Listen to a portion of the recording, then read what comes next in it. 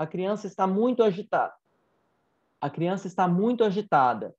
Será que essa agitação não é normal para aquela faixa etária? Porque em determinada faixa etária, a criança está conhecendo o mundo.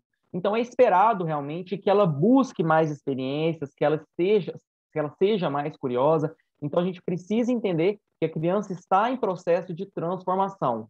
E daí a importância dessa avaliação longitudinal, né? Nunca ficar preso àquele momento, porque às vezes a criança pode ser que naquele momento esteja com algum déficit, mas ela tem tempo de recuperar de acordo com o seu desenvolvimento, né?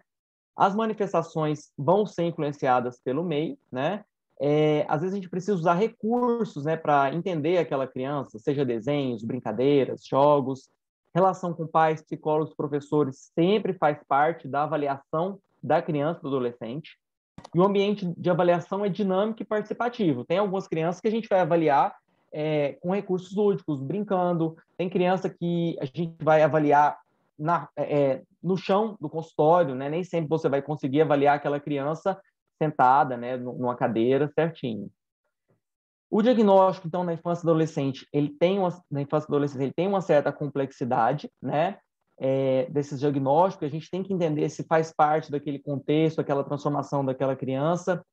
A gente precisa de dados, a gente precisa dos antecedentes, saber como que foi a história daquela criança, o ambiente que ela está frequentando e as pessoas que estão com ela, porque às vezes alguns comportamentos eles vão ser manifestados quando ela tiver com alguma companhia específica. Às vezes com a mãe aparece tal comportamento que a gente tem que se preocupar, mas com o pai, com a avó não aparece. Então a gente tem que às vezes explorar uma relação que desencadeia, né, algum tipo de comportamento que nos preocupa, né? A gente precisa de um tempo maior, né? Não dá para a gente avaliar no mesmo tempo do adulto. Uma coisa importante que é o alto grau de comorbidade, né? Principalmente pacientes que têm transtornos do neurodesenvolvimento, né? Que inclui o TDAH, o transtorno do espectro autista, entre outros. É muito comum você ter a comorbidade. Às vezes a comorbidade ela é mais comum do que propriamente dito o quadro mórbido isolado, né? Porque aquele cérebro ele é mais vulnerável. Então, a criança tem mais chance de apresentar outros transtornos, né? A apresentação clínica ela vai ser diferente dos adultos, né? A gente tem que ter noção disso, porque às vezes a criança com quadro depressivo, por exemplo, ela vai ficar mais irritada, ela vai ficar, às vezes, mais isolada, muda alguns tipos de brincadeira, mas não necessariamente ela vai ter choro, tristeza, os sintomas típicos do adulto, né? Tomar muito cuidado com a rotulação advinda do diagnóstico. O diagnóstico nunca deve ser para rotular aquela criança. O diagnóstico ele deve ser para você dar o caminho correto para aquela criança, para aquela família, buscar o apoio necessário, né? O rótulo nunca vai ajudar nesse caso. E a gente sempre lida muito com essa expectativa, frustração dos pais, né? Os pais não querem aceitar o diagnóstico, só que a não aceitação do diagnóstico, ela não vai mudar o quadro clínico que está ali presente, né? Que a gente fala com os pais, a gente também não gostaria que o paciente tivesse aquele quadro, mas uma vez que ele tem aquele quadro, é importante que a gente tome as medidas necessárias para evitar os prejuízos que podem advir, né? Seja um quadro de espectro autista, um quadro de TDAH, um quadro depressivo, um quadro ansioso. A gente negar que ele existe, né? Por mais que seja ruim, os pais não querem aceitar, os pais não querem acompanhar com um profissional, os pais às vezes não querem que use medicação, e também os pais ficam com receio, poxa, meu filho, será que ele vai ter uma vida normal? E agora, como que eu faço, né? E então a gente precisa lidar com isso e primeiramente acalmar esses pais, mostrar para eles que o diagnóstico é o primeiro passo para a gente dar o suporte para aquele indivíduo, né?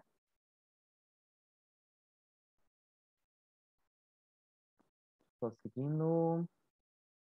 Então, o tratamento na infância e adolescência, né, ele vai envolver diferentes abordagens psicoterápicas, diferentes abordagens terapêuticas também de psicofarmacologia. A gente tem as crianças, ela tem diferenças farmacocinéticas, né, o metabolismo delas em determinados momentos, ele é mais acelerado do que no adulto. Lembrando que uma criança ela está numa fase de intensa transformação, né?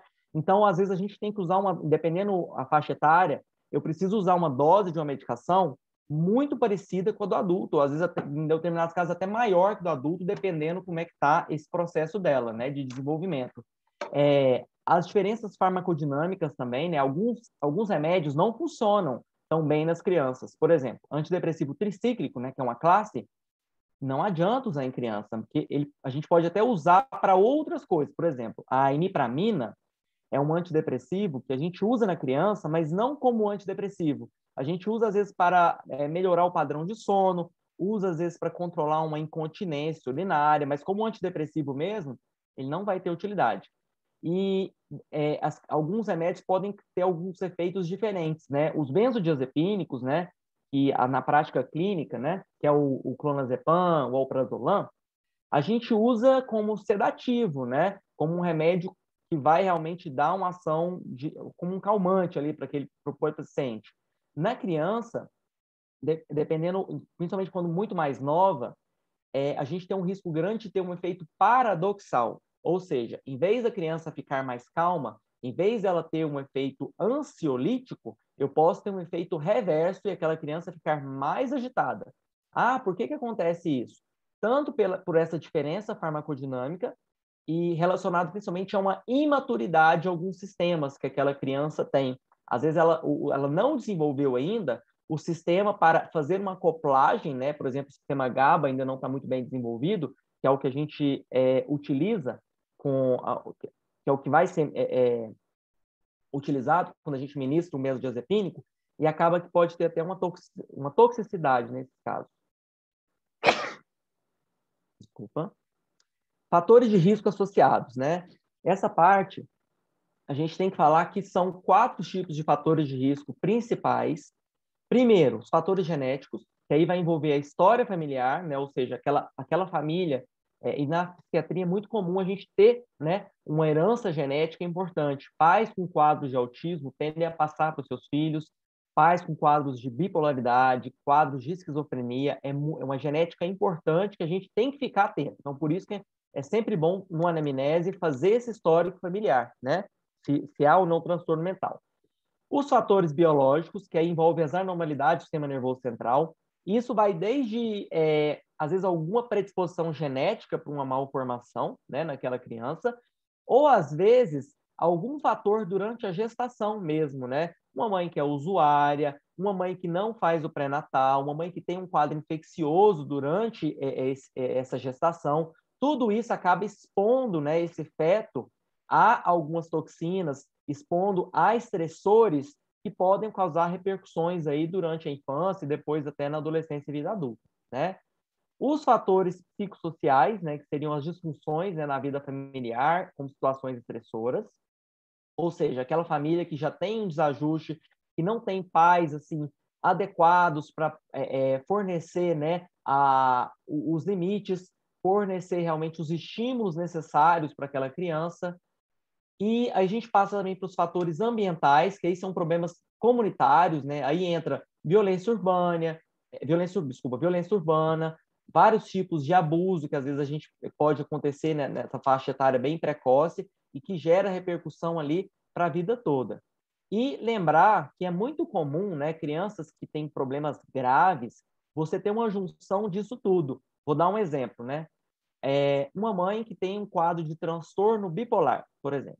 Então, ela tem uma genética favorável para passar para esse filho. Aí, durante a gestação, essa mãe com transtorno bipolar, ela faz uso de bebida alcoólica, ela faz uso de substâncias, ou seja, ela está expondo esse feto a toxinas, além dele já ter uma genética favorável com transtorno bipolar ou outros transtornos. Acaba que uma mãe com transtorno bipolar não compensado, ela tem realmente uma vida, às vezes, muito bagunçada, desorganizada, né, em questão afetiva, em questão de organização da casa mesmo, né? E aí seriam os fatores psicossociais, e acaba que, dependendo como for a organização dessa mãe mesmo, né, os fatores ambientais acabam sendo bem complicados. Às vezes, se ela não conseguiu se desenvolver, né, seja economicamente ou socialmente aí, ela às vezes tem uma condição precária e essa criança também está exposta a fatores ambientais. Então, em alguns casos, você vai ter uma junção de todos esses fatores, o que deixa o quadro ainda mais grave, né? E falando com relação à questão parental, né, uma coisa que eu gosto de falar muito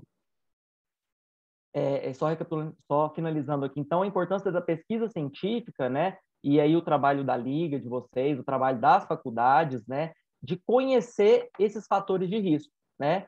Porque a cada dia que passa, a gente vai estudando, a gente vai desenvolvendo novas pesquisas e, sabendo melhor esses fatores de risco, a gente pode nos preparar para lidar com eles, às vezes não evitá-los, né? Mas tentar diminuir os prejuízos que são ocasionados por esses fatores de risco, né? Então, a gente vai desenvolvendo programas de intervenção focados na prevenção e atenuação desses fatores de risco para essas crianças, né? E um dos principais fatores de risco para essas crianças é a questão realmente do cuidado dos pais, né? E eu gosto sempre de falar dessa questão dos estilos parentais, né? Que envolve o quê?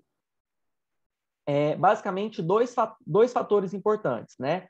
A exigência, né? Que os pais têm que ter com essa criança, né? A exigência envolve falar o não, ter os limites, ter o controle, né? E a importância também do afeto e da responsividade, né? Que é você ter o carinho, você ter o feedback quando aquela criança faz uma coisa boa, quando aquela criança faz a tarefa, ou seja, é um pai que é participativo.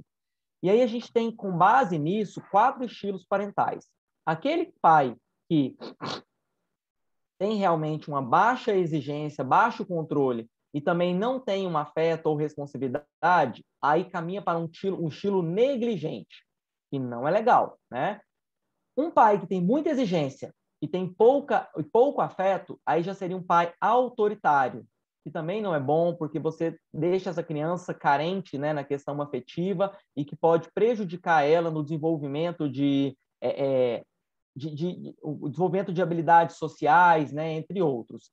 Um pai que tem pouca exigência e tem muito afeto é um pai que ele entra no caráter permissivo, né? Aquela criança que realmente vai ter poucos limites, vai fazer tudo o que ela quiser e também vai ter consequências negativas.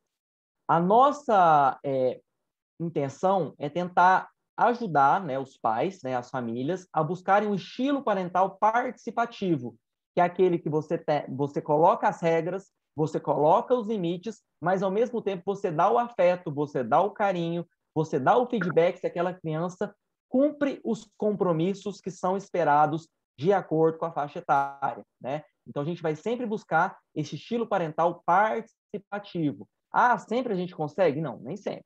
Mas é uma ideia que a gente coloca. Em alguns momentos a gente vai transitar entre esses estilos, mas se a gente tiver como foco esse estilo mais participativo, é importante sempre a gente lembrar que a gente tem que ter regras, tem que ter o não, tem que ter realmente os limites, mas não pode deixar de ter o afeto, de ter o carinho correspondente, né? E passando, então, para o transtorno do espectro autista, especificamente, né? O que a gente vai falar, né? Estou passando aqui. Quando que a gente suspeita, né, do autismo, né? Algumas coisas, alguns sinais de alerta que a gente tem que ter, né? Seria a dificuldade na comunicação, né? A criança que não mantém um contato visual, que prefere brincar sozinho, que repete palavras e frases.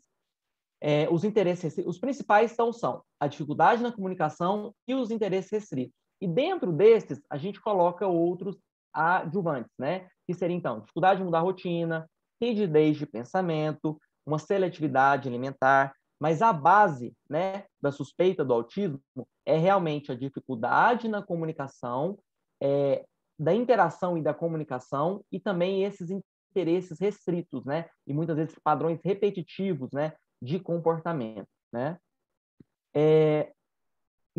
Muitas vezes chega no consultório para mim, né? Doutor, meu filho não fala. Será que é autismo? Então, essa é a principal queixa que eu recebo no consultório, né?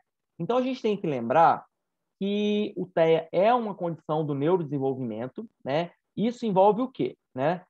Que aquela criança que tem uma suspeita de autismo, ela pode ter outras coisas envolvidas. Então, se tem uma suspeita de autismo, a gente tem que investigar se não tem outros transtornos do neurodesenvolvimento, ou seja, avaliar todo o histórico daquela criança para saber se realmente ela não tem algum problema que predispõe ela a ter outras doenças, né? Esses sintomas eles têm que estar presentes precocemente, né? E vai aparecer, às vezes ele pode aparecer no primeiro momento de uma forma discreta, mas ele já tem que estar presente, tá? O quadro do espectro, né, que mostra para a gente essa apresentação clínica bem variável. Vou mostrar eu peguei uma figura que mostra um dado interessante que a gente tem sobre essa questão do espectro, né?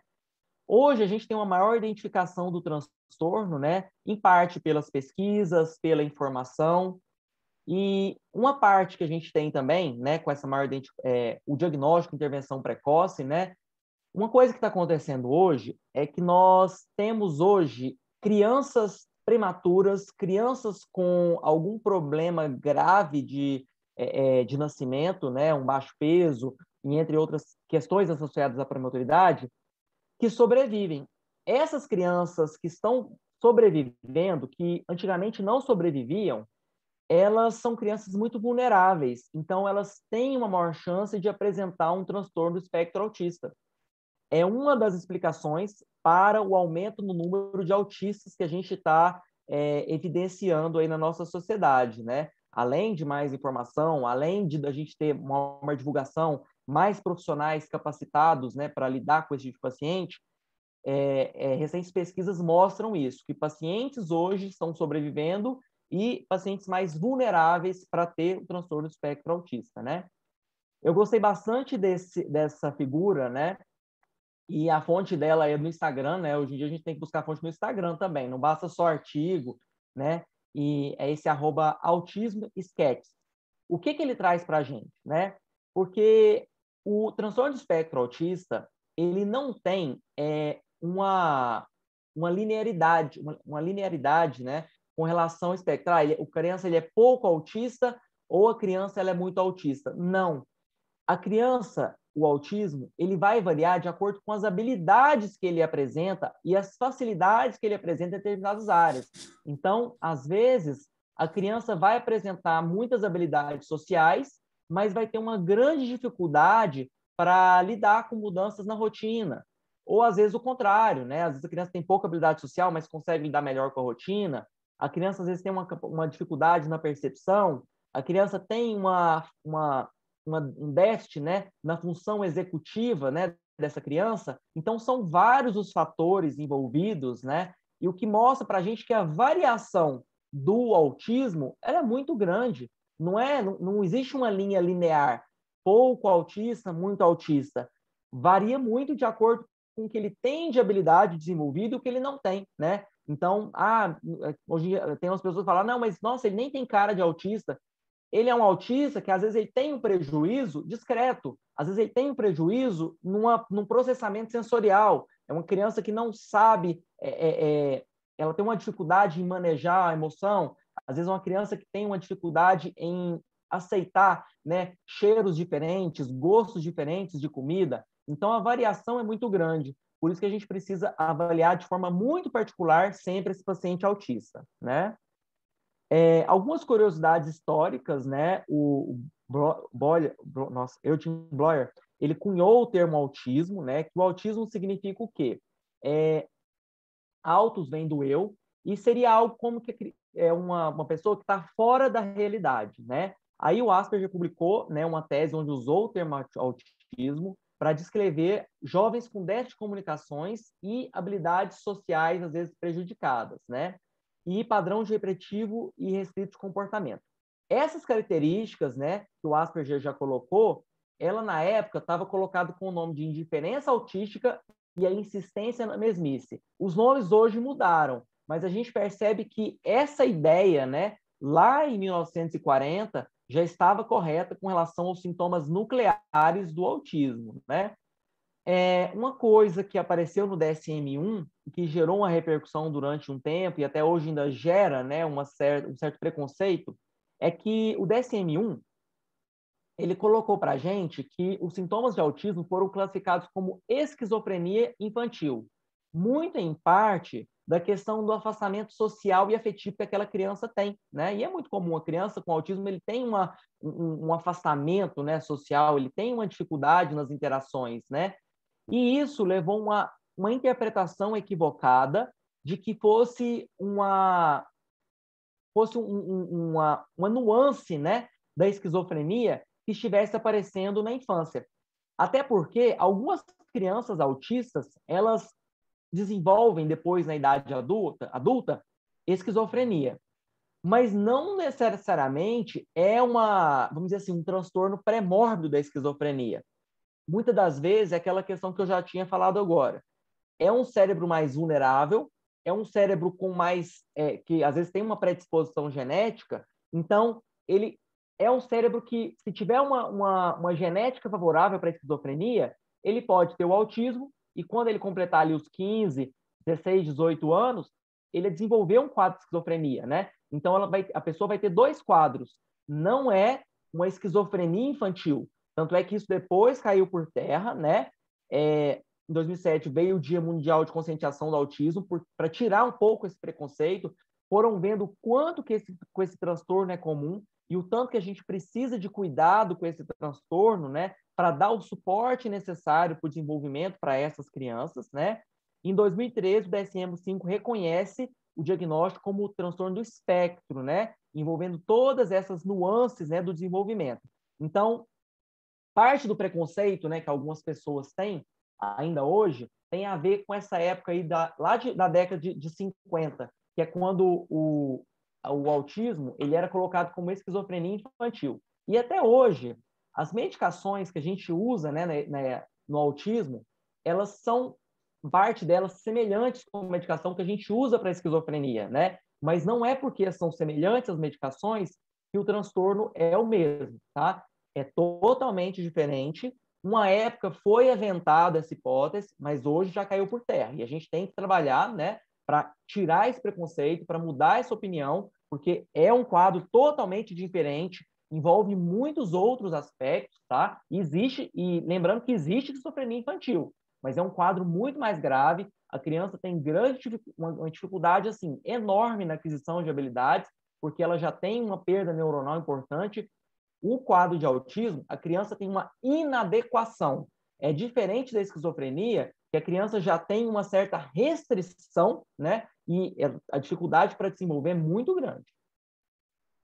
Com relação à epidemiologia, né? A última avaliação do CDC de 2011, né? Com o estudo de Brugger e colaboradores, mostrou uma prevalência de 1 para 68, tá? A variabilidade é mais ou menos 5 homens ou 5 meninos para uma menina, né? O diagnóstico precoce, né, é importante para a gente buscar esse acompanhamento, para realmente dar o suporte necessário para que aquela criança possa se desenvolver e ter a sua funcionalidade adequada, porque ele tem uma certa restrição, ele tem uma certa dificuldade, né, na aquisição de habilidades. Se você não faz um diagnóstico precoce, como eu havia falado lá no comecinho, se você perde o time, essa criança fica com um atraso que vai aí para a vida toda, né? Raça, etnia e status socioeconômicos não mostraram diferenças, tá, nos estudos com relação à prevalência. Localidade também não mostrou variação, ou seja, em todos os locais a gente tem mais ou menos números semelhantes da quantidade de autismo. Há um aumento na prevalência, que é aquilo que eu já havia falado, né? Fatores externos, que seriam isso, crianças que hoje estão sobrevivendo, que antes não sobreviveriam, e são crianças que têm algum fator de prematuridade, têm alguma doença grave, e hoje sobrevivem porque a gente tem recurso na medicina, que bom, né? Só que essas crianças são mais vulneráveis, o cérebro delas é mais suscetível a apresentar vários transtornos do neurodesenvolvimento, entre eles o transtorno do espectro autista. Há uma maior detecção, né? Essa maior detecção envolve aí profissionais mais capacitados, trabalho de divulgação, trabalho de conscientização, trabalhos como esse do Congresso, né? A prevalência em adulto, ela vai variar aí em torno de 1%, tá? Vamos lá. Quais são os critérios diagnósticos, né? Os critérios diagnósticos, eles vão envolver, então, déficits persistentes na comunicação social e na interação social.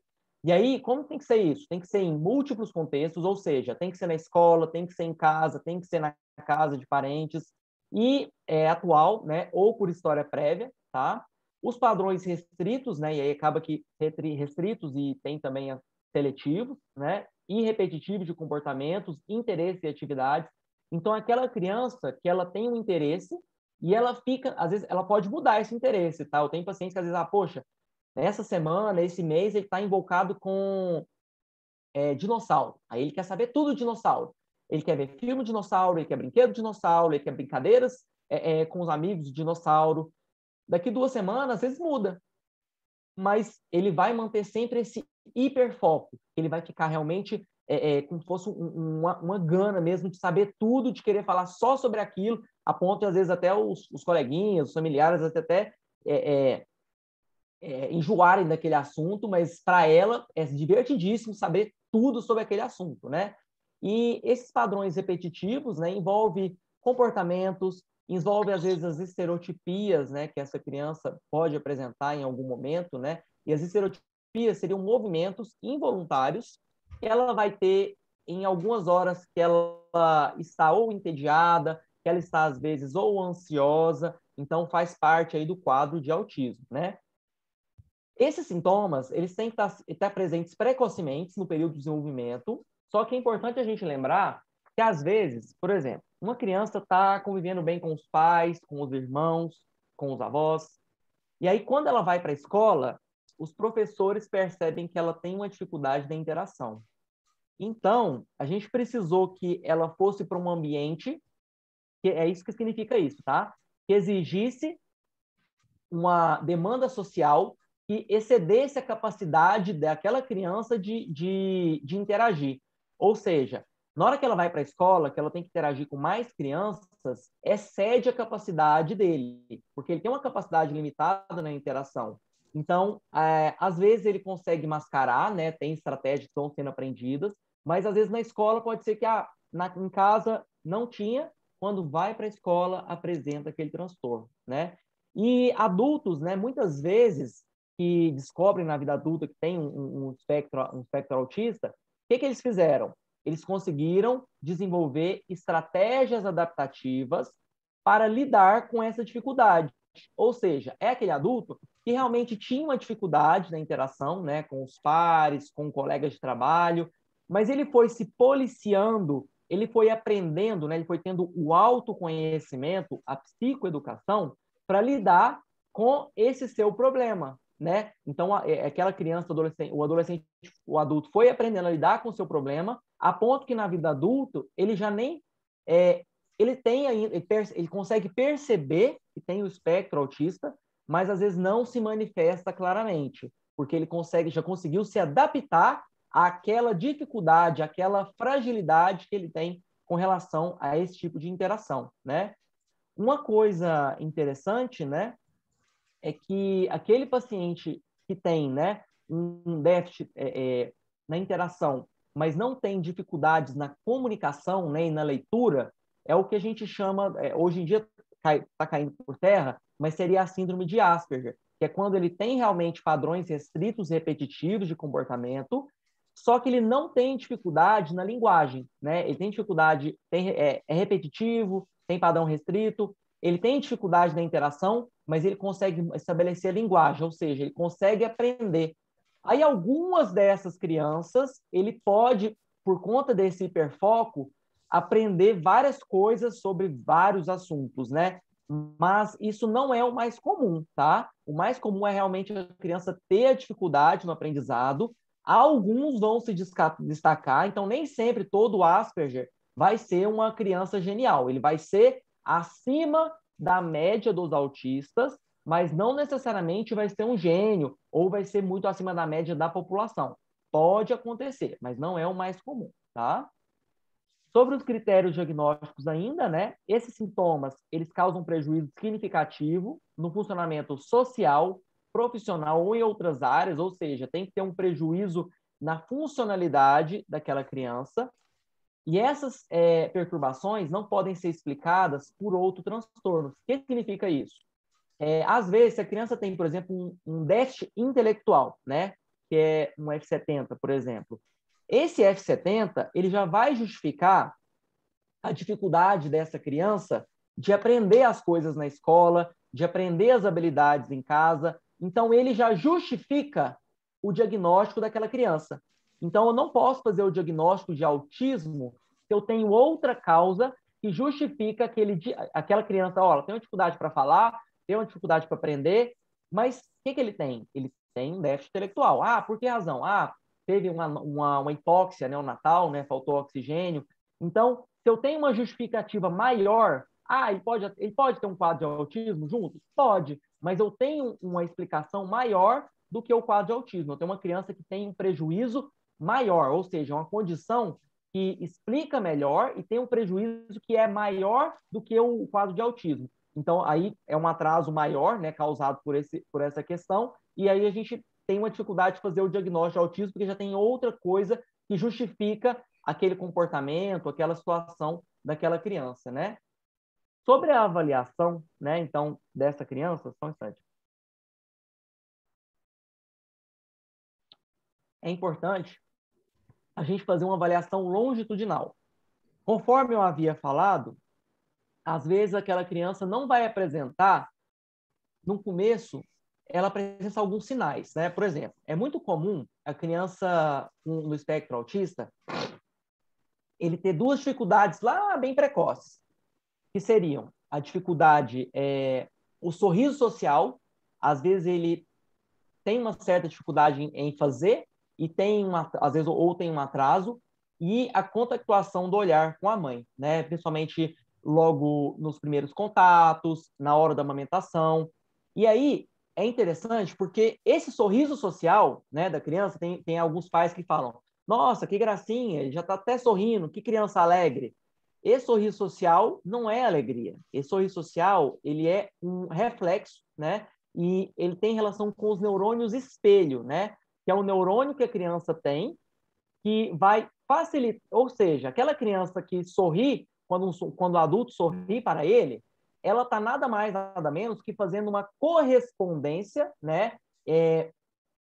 De reflexo, o que faz com que os pais fiquem felizes e tenham uma melhor interação com aquela criança, ou seja, ela está facilitando a adequação dela naquele meio familiar, né? Naquele meio social. Ou seja, nós temos mecanismos inatos na gente, né?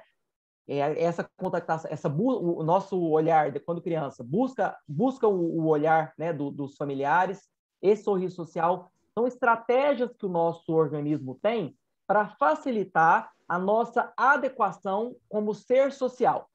O autista tem esse prejuízo, né? Ou seja, esse neurônio espelho que deveria, quando um adulto sorri, ele deveria sorrir de volta, às vezes ele é prejudicado no paciente autista. Então, desde o início, já tem uma dificuldade. Aí aquela criança, poxa, ela não sorri de volta. Ah, tá. Então, você já gera uma expectativa um pouco diferente naquela criança. Isso logo no começo, mas vão apresentando outros fatores. Então, pode ser que tenha esse sinal? Pode. Ah, mas tem criança que não vai apresentar esse sinal? Tem criança que às vezes tem esse sinal, né? Não tem esse sinal, desculpa, tem um sorriso social, tem realmente uma interação boa de olhar, mas depois vai tendo uma dificuldade na interação e caracteriza o espectro autista. Então, a importância dessa avaliação longitudinal, né? O diagnóstico precoce, né, sempre é importante para ter esse acompanhamento. A criança, por exemplo, que não fala. Se eu demoro muito a buscar esse acompanhamento, aquela criança ela vai tendo prejuízos cada vez maiores, né?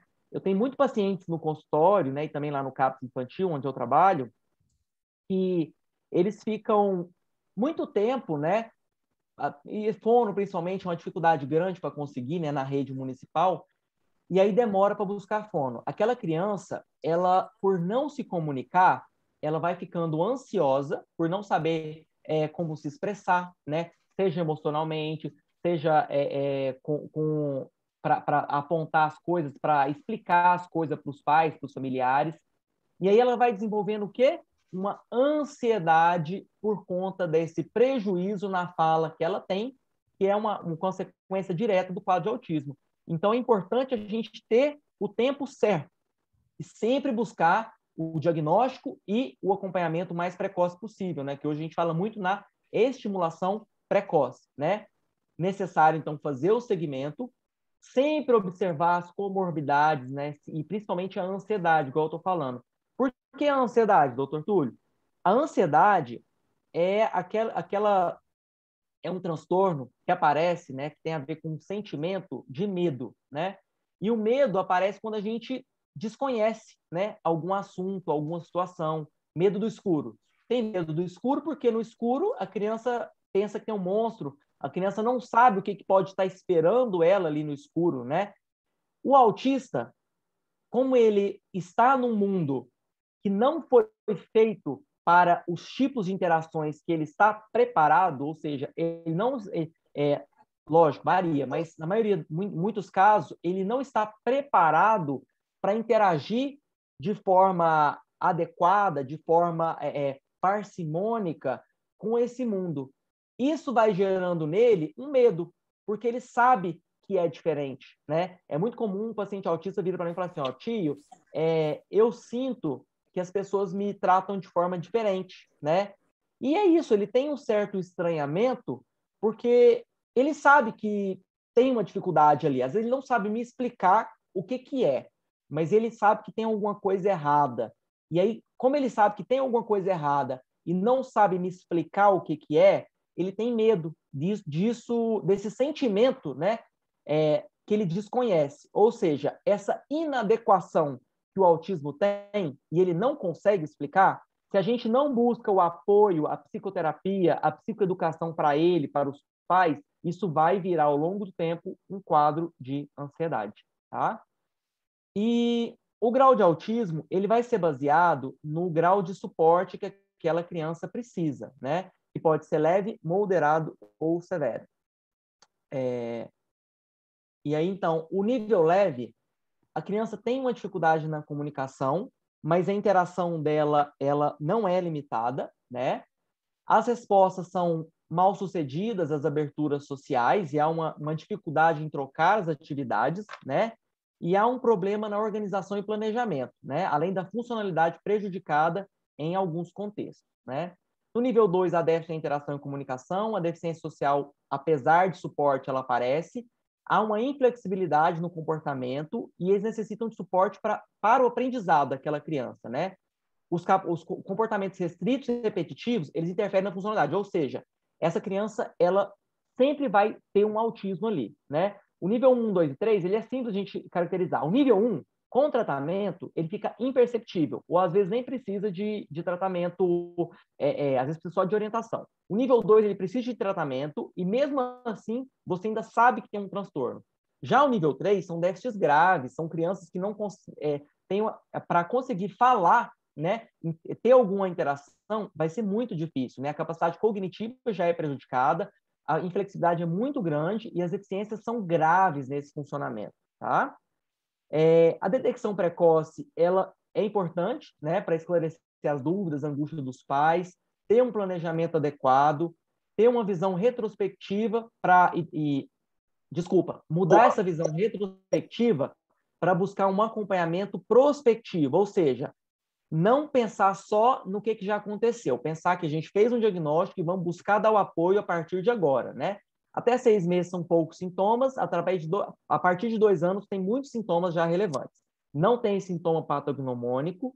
Os 2 instrumentos de maior relevância hoje que a gente tem, né, é o MChat e o CAST, tá? Os sinais de alerta, então.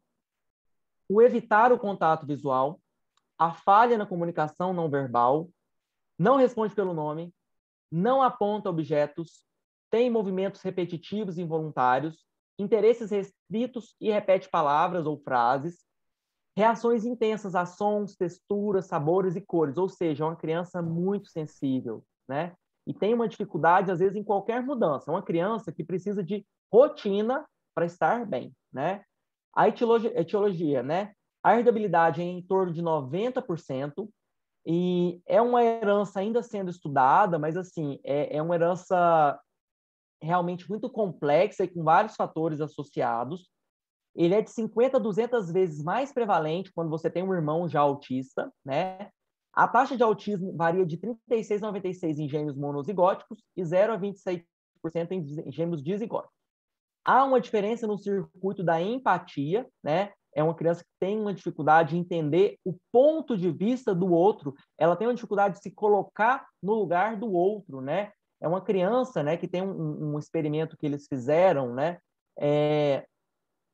você tem uma criança e coloca ela... você tem duas crianças, né? Uma criança autista e uma não autista. Aí você pergunta para a criança autista, você tem um objeto e você esconde, você coloca a situação como se tivesse uma outra criança ali, né? E você fala para essa criança autista, ó, nós vamos esconder esse objeto dessa criança, tá? Tava num lugar e você coloca num outro lugar, né? E aí, uma criança normal, uma criança neurotípica, o que ela vai falar? Aí pergunta para essa criança neurotípica, onde você acha que essa outra pessoa acha, tipo, um objeto estava no lugar A e você muda para o lugar B. Aí você pergunta para a criança, onde você acha, e aí sem mostrar para essa outra pessoa, você pergunta, onde que essa pessoa acha que vai estar o objeto? A criança vai entender que essa pessoa não viu a mudança do lugar do objeto e vai falar, não, como essa pessoa não sabe que a gente mudou esse objeto do lugar A para o lugar B, essa pessoa vai achar que está no lugar A. Já o paciente autista, ele não consegue se colocar no lugar do outro. Você pergunta para ele, onde você acha que essa pessoa acha que está o objeto? Está no lugar A ou no lugar B onde a gente mudou? A criança autista muitas vezes vai falar, não, eu acho que está no lugar, que essa pessoa vai achar que está no lugar B. Ou seja, ele acha que essa pessoa sabe, apesar de não ter visto, que houve a mudança do objeto. Né? Ele não consegue se colocar no lugar do outro. Ele acha que a pessoa sabe a mesma coisa que ele sabe. Né? Os achados de neuroimagem mostraram anormalidades eletrofisiológicas e, às vezes, até uma diminuição nas áreas de serotonina.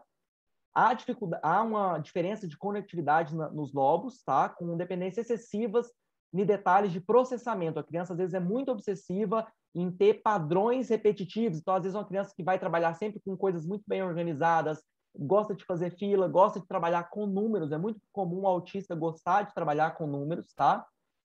Entre os fatores ambientais, né, tem alguns elementos químicos sugeridos, a ligação com algumas vacinas foi desconstruída, né, tinha uns mitos aí, né, a vacina causa autismo, isso aí caiu por terra, tá? O CDC mostrou para a gente que não tem isso.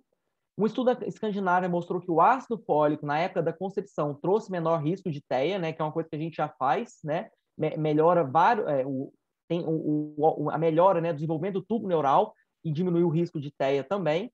Uso materno de valproato, é uma medicação que a gente usa para pacientes com bipolaridade, aumenta significativamente o risco de TEA, tá? Fatores de risco, então. Sexo masculino, ter um irmão com autismo, idade materna maior que 40 anos, que é hoje algo que acontece cada vez mais comum, né, com essa vida de trabalho que as mulheres estão tendo, né, da nossa sociedade. História parental de outro transtorno mental ou comportamental e autismo também, né? Aquilo que eu tinha falado, peso ao nascer muito baixo, prematuridade, necessidade de UTI neonatal, ou seja, o autista é um cérebro mais sensível, é um cérebro mais frágil, e isso mostra que ele vai ter mais chance de ter o autismo e outros transtornos. Ameaça de aborto em menos de 20 semanas, presença de defeitos ao nascimento, tudo isso aumenta o risco de autismo.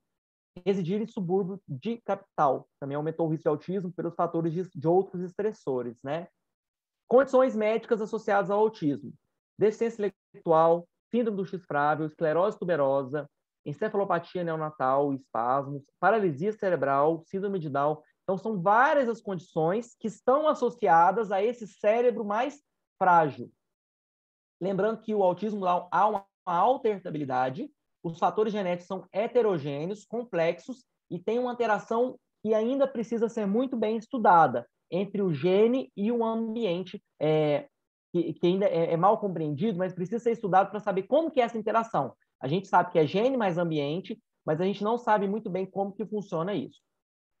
Tratamento, né? Primeira coisa, identificar as deficiências desse paciente autista. E aí, de acordo com isso, saber quais são as terapias necessárias. Então, entender, poxa, essa criança, ela tem uma dificuldade na fala, vamos procurar um fonoaudiólogo de forma precoce. Ela tem uma dificuldade na alimentação, vamos procurar um nutricionista que possa ajudar a introduzir esses alimentos de forma mais tranquila. É um paciente que tem dificuldades motoras. Poxa, vamos procurar um apoio de um terapeuta ocupacional. E nisso, sempre buscar, né, a psicoterapia, a psicoeducação, porque isso vai ajudar aquela criança a estar desenvolvendo. Que é muito importante, a terapia vai sempre poder ajudar tanto os pais quanto a criança em si, né? Porque a gente precisa mostrar para os pais como que é esse transtorno, né? Para os pais poderem lidar melhor e dar o suporte necessário, porque às vezes, muitas das vezes, os pais não sabem, né, o que é o espectro autista. Então, você precisa fazer uma psicoeducação para eles poderem entender melhor, né? A importância da neuroplasticidade, ou seja, aquela criança ela pode se desenvolver, mas eu preciso estar estimulando, estar dando condições no tempo certo e melhorar a interação dela, melhorar a comunicação dela, trabalhar estratégias adaptativas, estratégias sempre multidisciplinar, igual eu estou falando, são vários profissionais que vão estar ajudando. Hoje a gente tem a terapia ABA, que envolve aí a análise do comportamento para ajudar essa criança a se desenvolver, entendendo a sua fragilidade, a sua dificuldade na interação.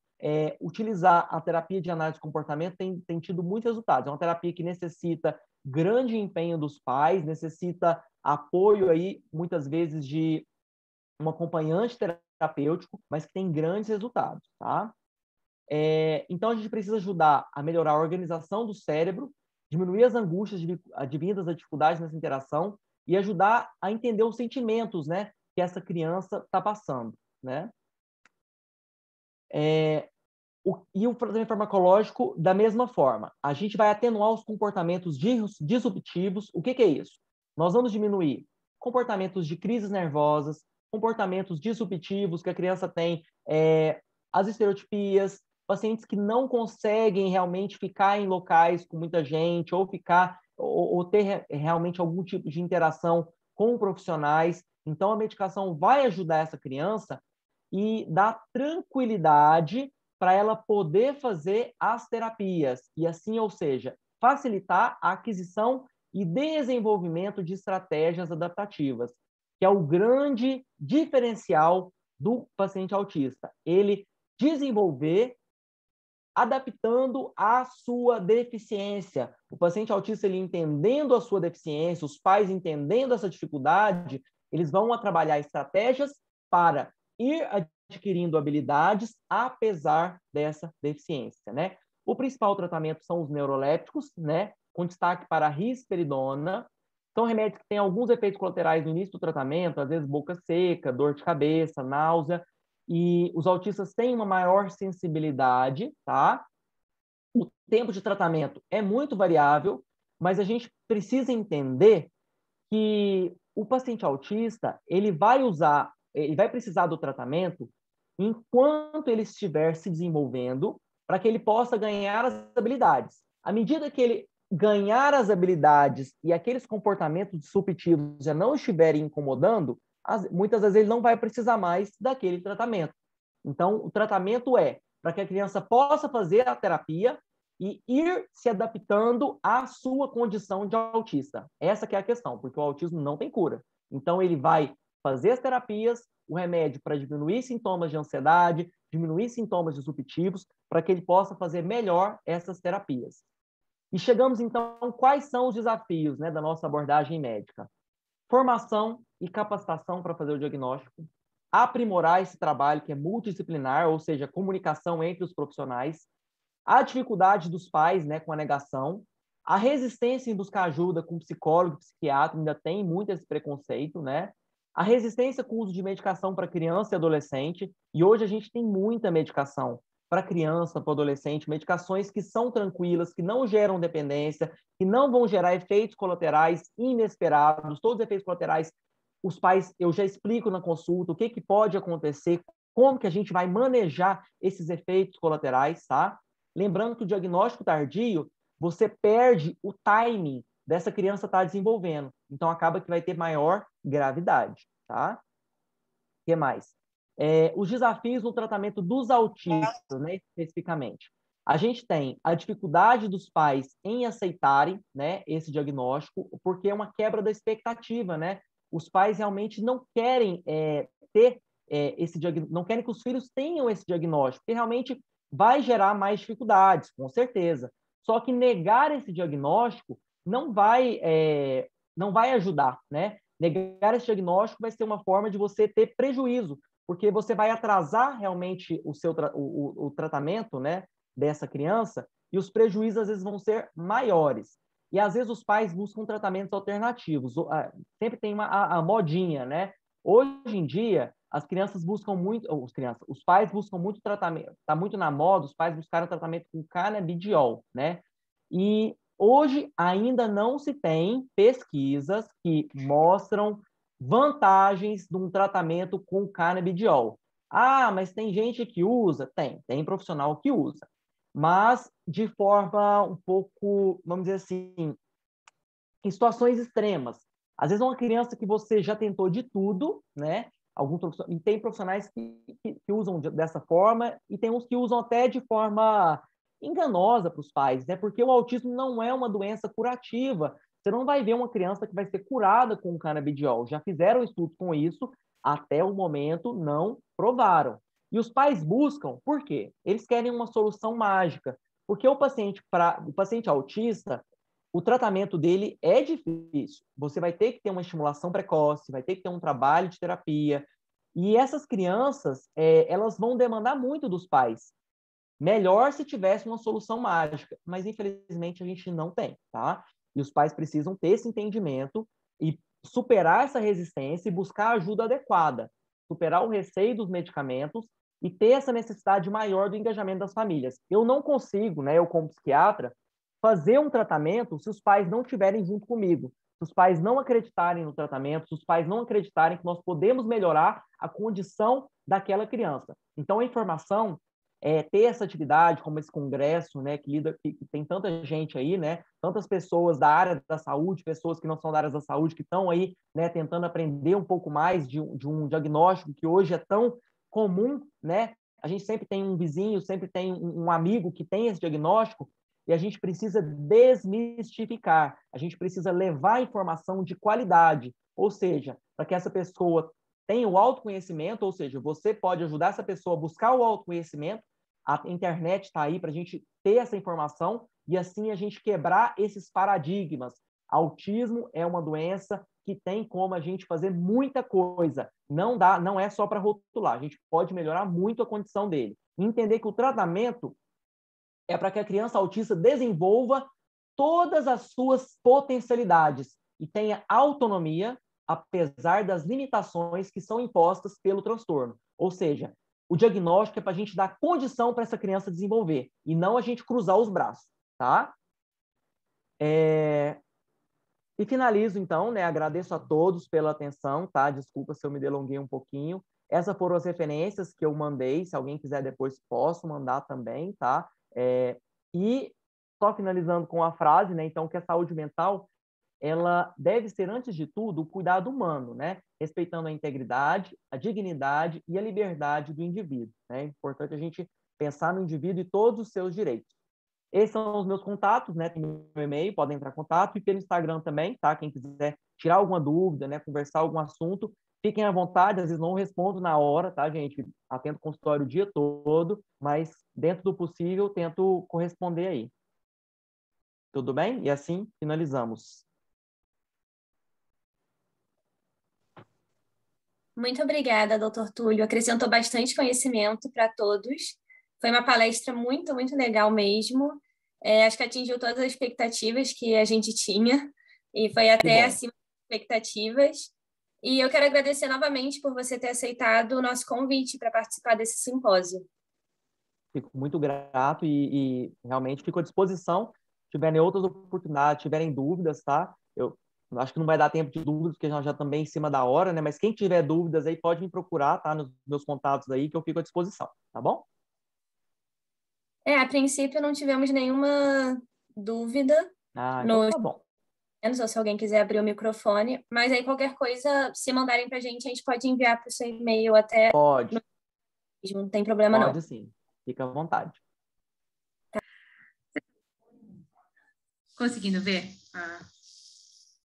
a apresentação? Sim. Tá bom. Dá para ver direitinho. Bom, gente, eu acho que é importante a gente começar falando a respeito dos transtornos mentais, né? Então, o que são os transtornos mentais? transtornos alimentares.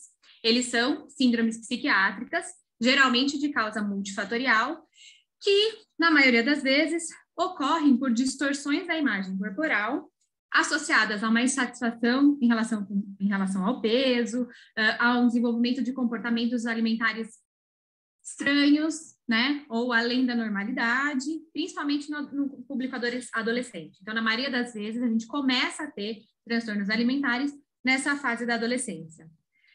Uma outra coisa que eu acho importante a gente falar é que, apesar dos transtornos mentais, né, dos transtornos alimentares, serem de causa multifatorial, né, então, eles têm origem genética, hereditária, psicológica, social, sempre decorrente dessa perturbação da alimentação. Hoje, a gente tem influências externas que são muito significativas, né? Então, a gente tem que lembrar da influência do padrão de beleza, da influência das mídias sociais nesses transtornos. O que acontece? Quando a gente está inserido nas mídias sociais, eu começo a ter uma observação acerca de um padrão de beleza. Então, as pessoas que estão vestindo as roupas que eu gosto de usar têm aquele estereótipo. As pessoas que eu sigo têm aquele estereótipo. Então, a gente começa a acostumar a nossa visão àquele padrão de beleza, né? Um padrão de beleza que muitas vezes é com filtro, que muitas vezes é irreal e inalcançável, né? E quanto mais eu consumo esse tipo de conteúdo, mais as minhas redes sociais me fazem consumir esse conteúdo, né? Por conta do próprio, como é que chama? Algoritmo das redes sociais. Então, quanto mais eu consumo determinado tipo de conteúdo, mais coisas semelhantes àquilo aparecem para mim. E aí, em certo momento, eu não tenho mais a percepção de outras coisas que não aquilo. Então, eu começo a modificar a minha visão e a minha concepção acerca das coisas. E isso inclui o padrão de beleza, né? Por quê? Porque eu sou bombardeada com aquele padrão específico. Então, quando eu vou para a praia, coloco um biquíni e vejo aquela minha celulite, eu não consigo identificar aquilo como bonito ou como normal, porque eu estou acostumada a ver uma coisa completamente diferente e lisa e perfeita, né, nas telas do computador. Então, isso acaba fazendo com que eu tenha uma distorção da imagem e que, inclusive, eu acabe buscando coisas que talvez não fossem compatíveis com o meu próprio corpo, né? Então, eu acho que acaba tendo uma influência bastante significativa. E a gente pode até perceber pelo tipo de modificação de estereótipo, né? Então, na década de 90, até começo dos anos 2000, o estereótipo era mais mulheres muito magras e longilíneas, né? Muito, muito magras.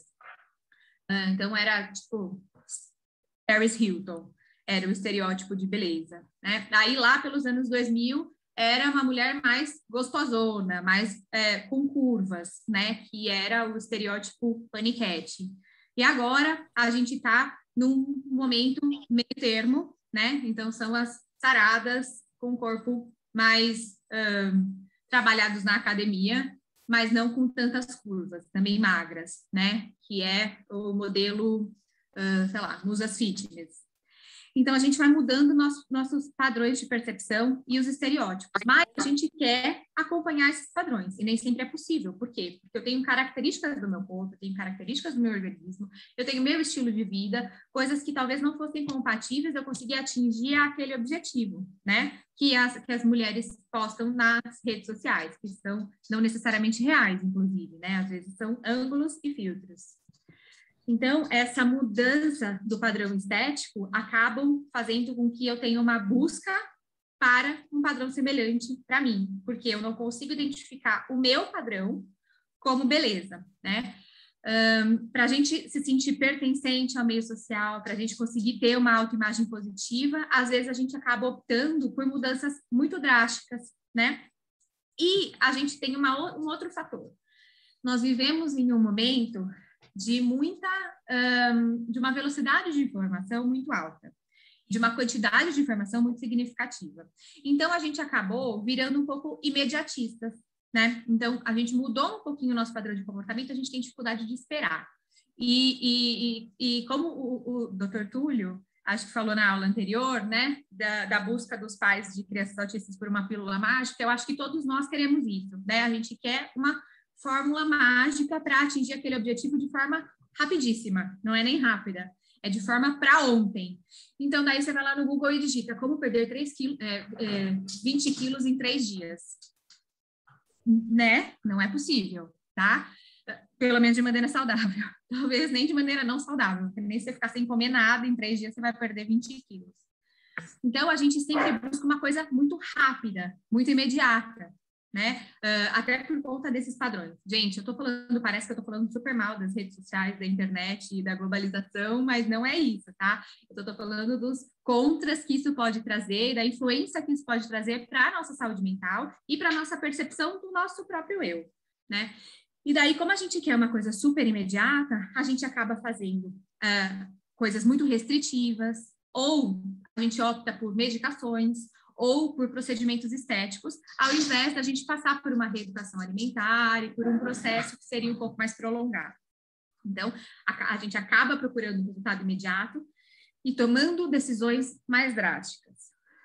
Esses meios de comunicação também, as mídias sociais, acabam por normalizar, entre aspas, uma estética magra ou sarada como padrão e acabam influenciando a nossa busca por tentar preencher esse padrão de beleza.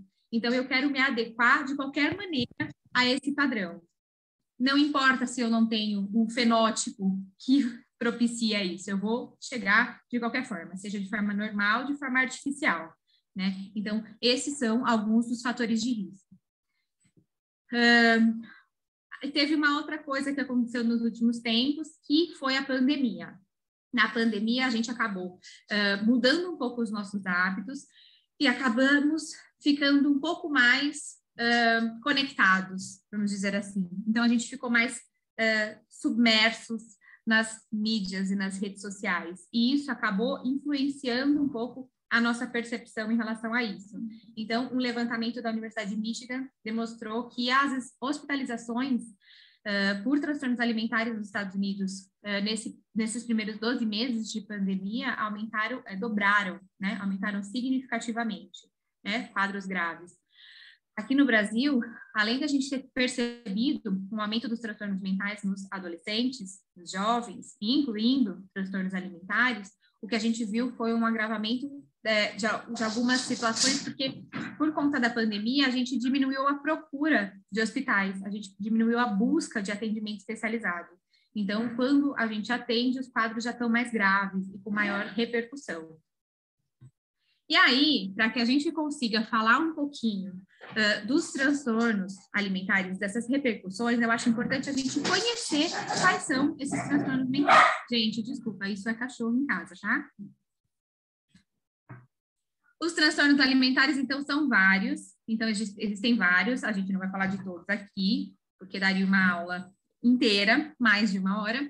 Mas eu acho importante a gente falar dos mais comuns, que eu acho que era o nosso foco de atenção hoje, que são a anorexia e a bulimia. Então, eu vou especificar um pouco deles para que a gente consiga identificar quais são as características para a gente conseguir conversar um pouquinho mais a respeito disso. Mas existem outros transtornos alimentares, como a pica, que é a ingesta de coisas não comestíveis, né? Então, a gente ter um desejo particular por coisas que não são de comer. O nome é horrível, eu sei, também acho. Transtorno de ruminação, transtorno alimentar restritivo ou evitativo, anorexia e bulimia, que a gente vai conversar, o TCAP, que é transtorno de compulsão alimentar, e outros transtornos que não são especificados, né, ou não têm características específicas, são transtornos que não se enquadram em nenhum desses outros, apesar de ter um padrão alterado do comportamento alimentar. E vamos começar, então, com a anorexia. Bom, a anorexia é um transtorno em que as pessoas se recusam a manter um peso mínimo normal. Então, prestem atenção nisso para vocês conseguirem identificar a diferença com a bulimia. Elas temem ter um aumento de peso, né? Então, elas interpretam muitas vezes o seu corpo de uma maneira equivocada. Então, é muito comum que haja um dismorfismo corporal, que a pessoa com anorexia se veja maior do que realmente é. Essa alteração da imagem corporal pode levar o paciente num estado de inanição. Então, pode ter comprometimentos bastante significativos e levar até a morte. Tem uma alta morbidade. Ela é 10 a 20 vezes mais prevalente em mulheres do que em homens. O início é geralmente na adolescência, então 14 a 18 anos. É mais recorrente em países desenvolvidos e geralmente é observado em maior frequência em mulheres que têm profissões que exijam uma forma do corpo. Então, modelo, bailarina, às vezes atletas, né? Então, mesmo antes, independente de mídias sociais, que a gente está falando que tem uma influência bastante significativa hoje, né? Mesmo antes disso, quando a mulher está exposta, estou falando mulher por conta da prevalência, está exposta em situações em que o objeto principal é o corpo, ou que há um comparativo do corpo dela com o corpo de outras, como bailarinas, modelos e atletas, isso se torna mais evidente e mais rigoroso, né? Então, se torna mais sério a questão do corpo. Então, por isso que tem uma maior frequência nessa população. Alguns fatores predisponentes, então, sexo feminino, história familiar, baixa autoestima, perfeccionismo e dificuldade de expressar emoções. Então, gente, o fator predisponente é fatores que podem ser que aumentem a chance do indivíduo ter um quadro de anorexia. Por que perfeccionismo? É muito interessante a gente perceber a característica de personalidade das meninas anoréxicas. Geralmente são pessoas que são muito perfeccionistas, metódicas, autoexigentes, geralmente são ótimas alunas, super estudiosas, e essa autoexigência, ela é tamanha que ela se torna uma exigência de perfeição em absolutamente tudo, e isso inclui na sua forma corporal, tá? Então, geralmente são características de personalidade. Fatores precipitantes, então, são gatilhos, né? Quais são os gatilhos que podem fazer com que uma pessoa desenvolva uma anorexia? Dieta, separação ou alguma perda, alterações na dinâmica familiar, então vulnerabilidade familiar sempre é um fator de risco, né? Um fator de gatilho, um fator precipitante para várias patologias psiquiátricas. Expectativas irreais na escola, no trabalho ou na vida pessoal. Então, às vezes eu tenho uma expectativa muito alta, eu não consigo atingir, eu tenho essa necessidade de controle. Eu não consigo ter essa necessidade de controle, eu não consigo satisfazer a minha necessidade de controle externo e acabo conseguindo fazer o meu controle próprio. Então, eu acabo controlando a minha alimentação, controlando a minha dieta, controlando a minha rotina, controlando as minhas calorias e controlando o meu corpo, como numa representação da tentativa de controle da minha vida. E proximidade da menarca. Então, a primeira menstruação, ela pode ser um fator de risco para o desenvolvimento de um transtorno alimentar, principalmente a anorexia. E fatores mantenedores. Então, quais são os fatores perpetuadores? O que faz com que eu mantenha esse quadro? Alterações neuroendócrinas, distorção da imagem corporal, distorções cognitivas e práticas purgativas. Então, são coisas que eu faço para manter essa minha ação de anorexia, né? As minhas características. Aqui eu coloquei para vocês os critérios diagnósticos a partir do DSM-5, tá? Porque eu acho interessante vocês conseguirem ter uma percepção global do quadro, até para conseguir fazer essa identificação do que é patológico, do que é dentro da normalidade esperado para aquela faixa etária, o que é a anorexia e qual a diferença da bulimia. Então, há geralmente uma restrição da ingesta calórica muito significativa, né, a ponto de levar a uma diminuição do peso. Então, o indivíduo fica abaixo do peso esperado para aquela faixa etária, tá? Abaixo do peso que eu espero. Então, geralmente tem um IMC abaixo da normalidade, tá? Há um medo intenso em ganhar peso ou engordar, um comportamento persistente que interfere nesse ganho de peso, mesmo que a pessoa já esteja abaixo do peso. Então, eu estou abaixo do peso, mas eu ainda assim restringo, porque eu tenho medo de ganhar qualquer grama, tá? Então, é bastante significativo. Há uma perturbação no modo como o próprio peso ou a forma corporal são vivenciados. Há, então, uma preocupação muito excessiva. É como se eu tivesse pensamentos obsessivos acerca do ganho de peso ou das calorias, né? Então, qualquer coisa que eu consumo é contado. Qualquer 1 grama que eu ganhar, sei lá, hoje eu estou inchada, é líquido, sei lá o que acontece, está calor. Qualquer edema já é contado como calórico, como alguma coisa assustadora, tá? Então, é uma vivência muito significativa. E essa autoavaliação, né, essa autopercepção da imagem também é muito distorcida. Então, eu tenho uma percepção muito além. Então, um pouco que eu ganhei 100 gramas não dá nem para perceber, gente. 100 gramas não dá para perceber, né?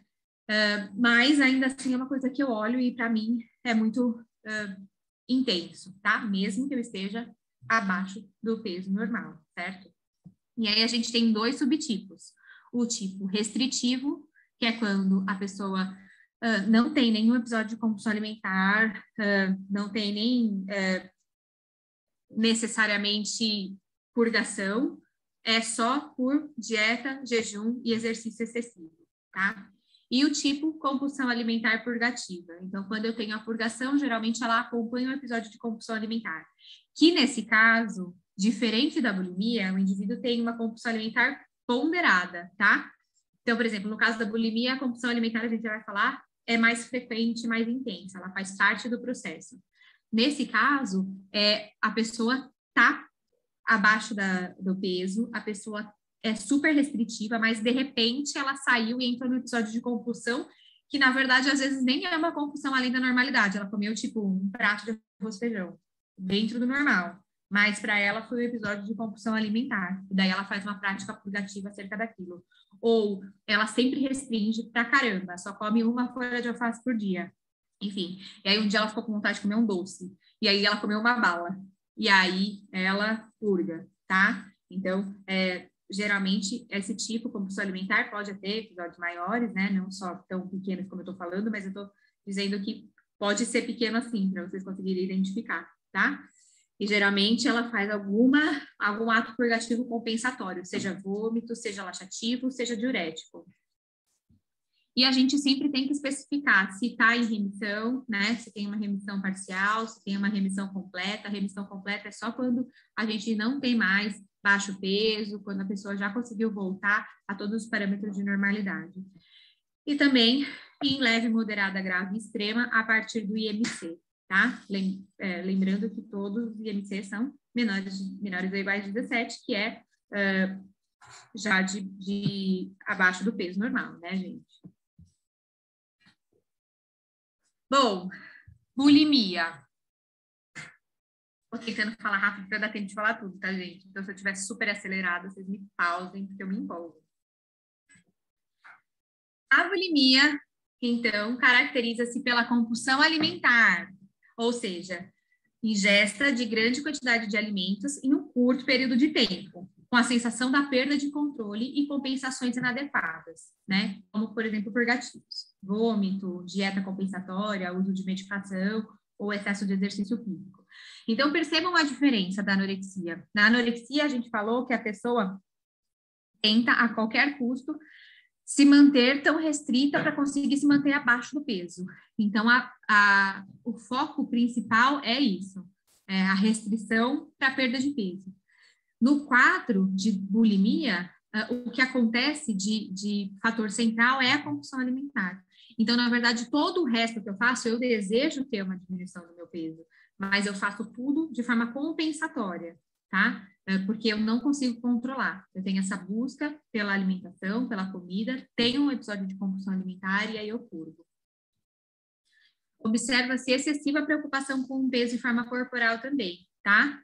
E isso acaba afetando os sentimentos e a atitude do paciente. Por isso que ele sente extrema culpa quando come. Então, há compulsões periódicas e métodos compensatórios inadequados para evitar esse ganho de peso.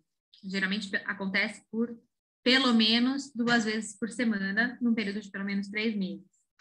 Essa compulsão periódica é uma ingestão, num período de tempo limitado, de uma grande quantidade de alimento, além da normalidade, além do que o indivíduo conseguiria comer naquela faixa etária, naquele período, naquela circunstância.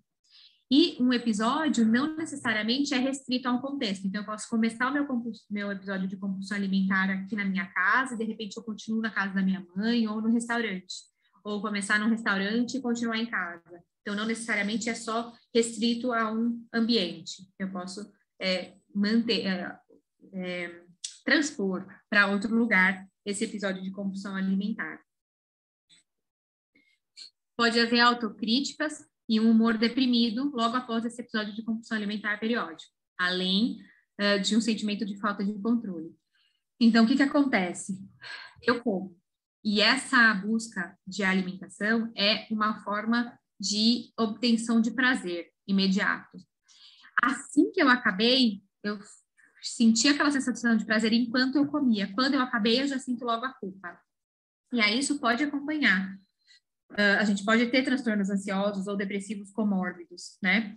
Então, isso pode acompanhar um quadro de depressão e ansiedade, ou, se não caracterizar um transtorno depressivo ou ansioso, eu posso ter essa sensação intensa de culpa e falta de controle. Nossa, o que eu fiz? Arrependimento, né? Então, geralmente, a sensação de culpa, falta de controle e arrependimento, ela vem depois desse episódio de compulsão. Os comportamentos compensatórios inadequados e recorrentes para prevenir esse aumento de peso acontece sempre, né? Então, em grande maioria, vômitos, mas pode ser comportamento purgativo, pode ser uso de diurético, pode ser excesso de atividade física para compensar. E os efeitos imediatos do vômito incluem o alívio desse desconforto físico e a redução do medo de ganhar peso. Por que o alívio do desconforto físico? Porque a pessoa com compulsão alimentar, né, com a bulimia, ela come não até se sentir saciada, ela come até passar mal. Então, às vezes o vômito serve também como um alívio, tá? Não só no alívio do ganho de peso, mas no alívio dessa sensação de empachamento que esse excesso de alimentação pode ocasionar. Bom, aqui eu coloquei para vocês qual que é o padrão. Binge eating, que é comer compulsivo, purgação, binge eating, purgação, binge eating. Então, é um ciclo vicioso. A maior parte, então, do transtorno de bulimia acontece em mulheres também, muito mais do sexo feminino do que do sexo masculino. A maioria dos pacientes apresenta peso normal ou discretamente acima, tá? Então, dificilmente um indivíduo com bulimia que não tem uma anorexia tem um peso abaixo da normalidade, tá? Geralmente é normal ou acima do peso. Pode começar após um período de dieta. Então, a dieta pode ser o gatilho. Início mais comum no final da adolescência ou no começo da vida adulta. Então, é um início um pouquinho mais tardio do que da anorexia. A anorexia geralmente começa lá entre 14 anos, geralmente na menarca. Atinge diferentes classes sociais. Maior prevalência em caucasianas e latino-americanas. E maior risco em algumas profissões também. Modelo, profissional da moda, jockeys, atletas. Então, aumenta a mesma coisa, tá? Bom, características diagnósticas a partir do DSM. Um episódio recorrente de compulsão alimentar, e esse episódio é caracterizado pelos seguintes aspectos. A ingestão em um período de tempo determinado de uma quantidade de alimento muito além do que era possível comer naquelas circunstâncias, e a sensação de falta de controle sobre essa ingestão durante esse episódio. Então, não consigo parar, eu só paro a hora que acabou. Gente, e é só para a hora que acabou, no sentido de que esses episódios de compulsão alimentar, eles são intensos e significativos, a ponto de um indivíduo, às vezes, comer coisas do lixo, tá? Então, não é que necessariamente eu vou escolher uma coisa gostosa porque eu fiquei com vontade. É um episódio de descontrole, tá? Então, às vezes, a pessoa come coisa do lixo, se arrepende que jogou alguma coisa no lixo, sei lá, de manhã, e vai lá e pega e come.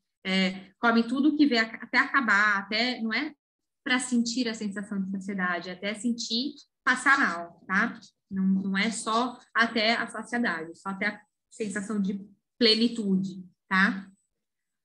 Esses comportamentos compensatórios são inapropriados, né? Então, eu acabo tentando, a fim de impedir um ganho de peso, para compensar esse meu episódio de compulsão, eu tenho algum comportamento compensatório, como eu disse antes, vômito, ou uso de laxante, ou diurético, ou medicação, ou jejum subsequente, ou excesso de exercício.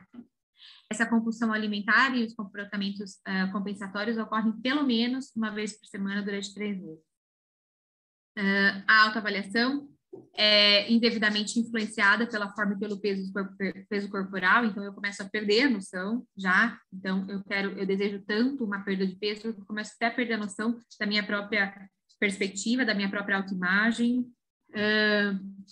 Isso não acontece decorrente da anorexia nervosa, né? Então, é importante a gente saber isso para a gente fazer o diferencial do diagnóstico. Então, quando é uma compulsão alimentar, quando é uma anorexia do tipo compulsão-restrição, quando é um transtorno de bulimia, a gente também precisa especificar se está em remissão, parcial ou completa, e a gravidade. Leve é quando tem 1 a 3 episódios de comportamento compensatório por semana, né, de purgação, moderada de 4 a 7, grave de 8 a 13, extrema mais de 14, tá? Geralmente a gente faz um recordatório com o paciente. E aí, então, no episódio de bulimia, geralmente há esse binge eating, essa sensação de culpa e arrependimento, que pode gerar até uma tristeza e uma ansiedade, a preocupação com o ganho de peso imediata após esse episódio de compulsão e os comportamentos compensatórios, tá? Acho interessante a gente falar que existe o transtorno de compulsão alimentar, tá?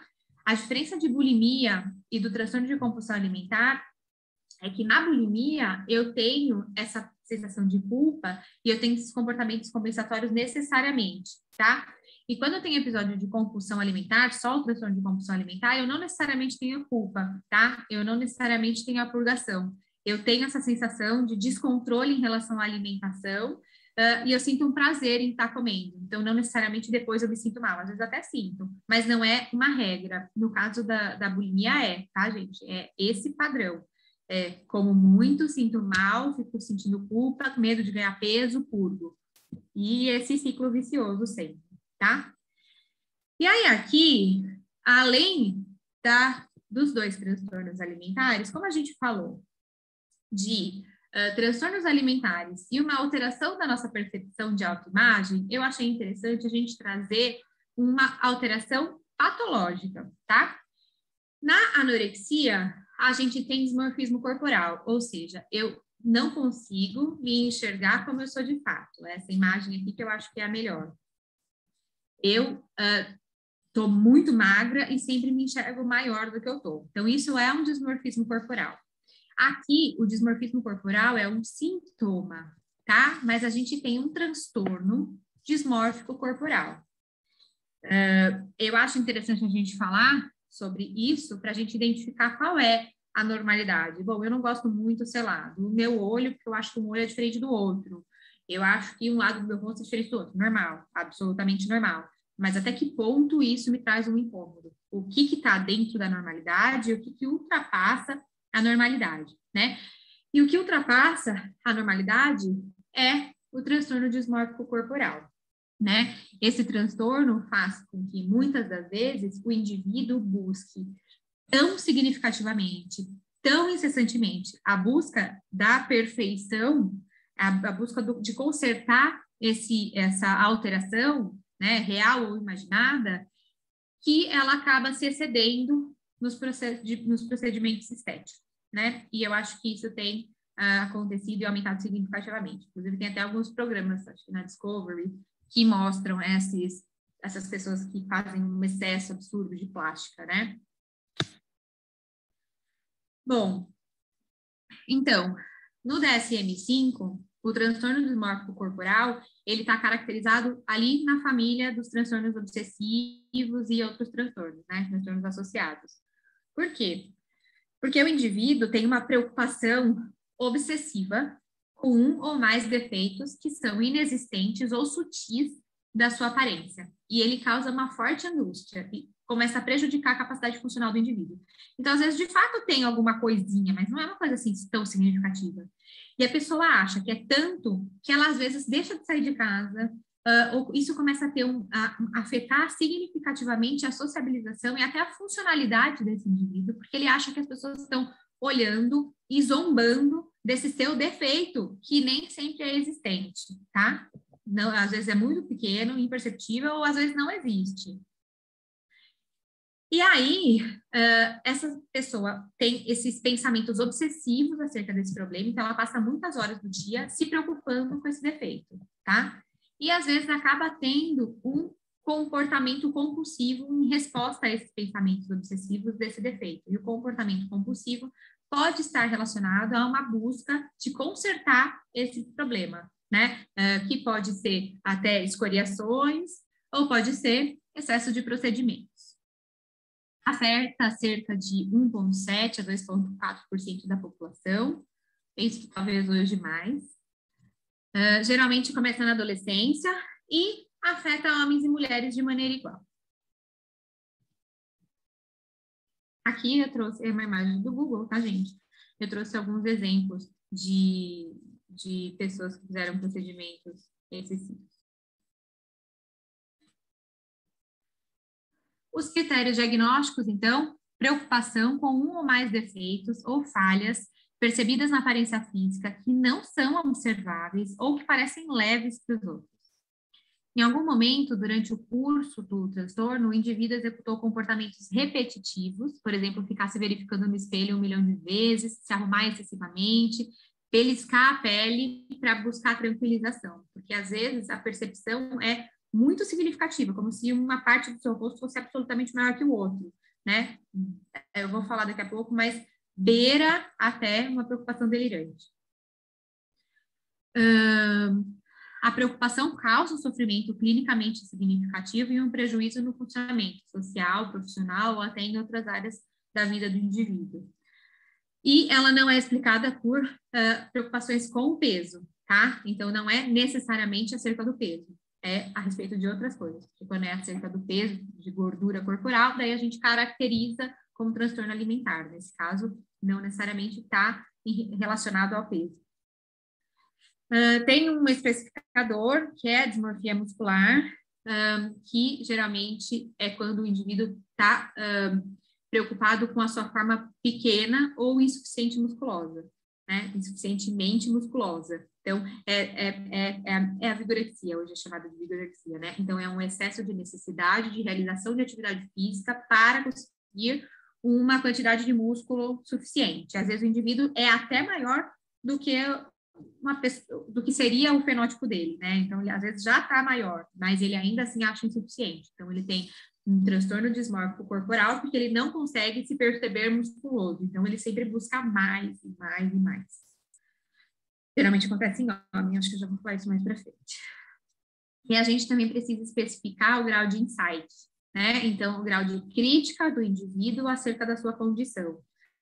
Quando tem um insight pobre, o indivíduo acredita que são verdadeiras essa distorção, e quando tem um insight ausente, é o que a gente chama de crença delirante. Ele está completamente convencido que aquilo é absolutamente verdade, que ele é assim mesmo, enfim. Então, beira a crença delirante, tá? Outras características, então, o transtorno dismórfico corporal deve ser diferenciado de um transtorno alimentar, né? Então, por aquilo que eu falei para vocês, a preocupação não necessariamente é acerca do peso, mas da forma do corpo ou de partes do corpo.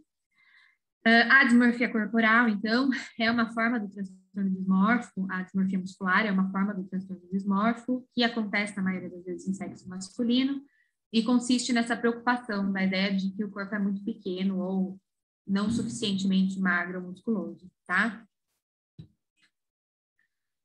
Existe um transtorno dismórfico corporal por procuração, sabe? Como o transtorno factício, o transtorno de Munchausen, que tem por procuração, que é quando é imposto ao outro.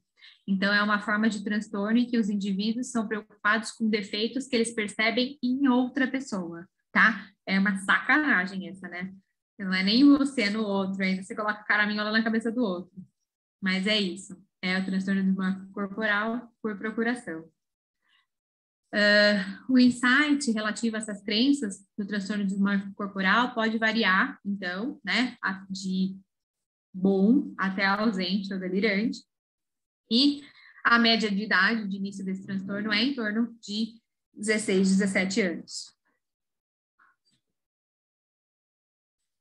Bom, é importante, então, a gente falar do diagnóstico diferencial com transtornos alimentares. Então, em indivíduos com transtorno alimentar, essas preocupações com o peso são consideradas um sintoma do transtorno alimentar e não o transtorno dismórfico corporal, não um transtorno, em si, um sintoma, que eu já tinha falado para vocês antes. Mas, quando eu tenho um transtorno dismórfico corporal, não exclui a possibilidade de eu poder ter um transtorno alimentar associado. Então, quando eu preencho critérios para transtorno alimentar e preencho critérios para o transtorno dismórfico corporal, a gente fala que a gente tem ambos os transtornos de forma comórbida, tá? Então, daí eu caracterizo os dois, tá? Tá bom, então, como é que a gente trata? O que a gente faz com essas pessoas aí? Bom, lembrando que quando a gente fala de transtornos alimentares ou mesmo transtorno dismórfico corporal, a gente está falando de uma alteração que envolve vários aspectos da vida desse indivíduo. Então, não é possível a gente trabalhar um aspecto só, a gente tem que trabalhar todos de forma igual. Então, a gente precisa muito de uma assistência multidisciplinar. No mínimo, tendo pelo menos, né, um nutricionista, um psicólogo e um psiquiatra. Pelo menos, né? O ideal é que seja uma equipe maior. Então, pode ter um clínico, porque às vezes necessita de suporte, às vezes na anorexia, principalmente, que pode ter alterações bastante significativas, inclusive endocrinológicas, amenorreia, enfim. Um educador físico, porque às vezes a pessoa se excede muito na atividade física, né? Então, precisa de alguém para ponderar, para moderar aquelas atividades, né? Mas pelo menos nutricionista, psicólogo e psiquiatra para começar o tratamento. Pode haver renutrição e muitas vezes é necessária internação hospitalar, isso no caso de anorexia. Então, o que acontece, gente? Os indivíduos com anorexia, eles começam a ter uma perda nutricional muito significativa por essa restrição. Essa perda nutricional pode acarretar em problemas generalizados de desnutrição, de amenorreia, de alterações metabólicas neuroendócrinas e até distúrbios hidroeletrolíticos. Então, muitas das vezes é necessário, como a gente viu, sempre o indivíduo tem um IMC abaixo da normalidade, ou seja, há uma desnutrição. Então, muitas das vezes é necessário internar essa pessoa para dar suporte, para fazer suporte hidroeletrolítico. A pessoa às vezes fica até não só desnutrida, mas também desidratada, né? Só que quando a gente vai renutrir essa pessoa, a gente não pode renutrir de uma forma súbita, porque ela pode ter um declínio do quadro clínico. Então, isso também tem que ser de forma ponderada e gradual, né? Então, por isso que muitas vezes é necessário suporte, muitas vezes é necessária internação, muitas vezes é necessário fazer uma alimentação parenteral, enfim.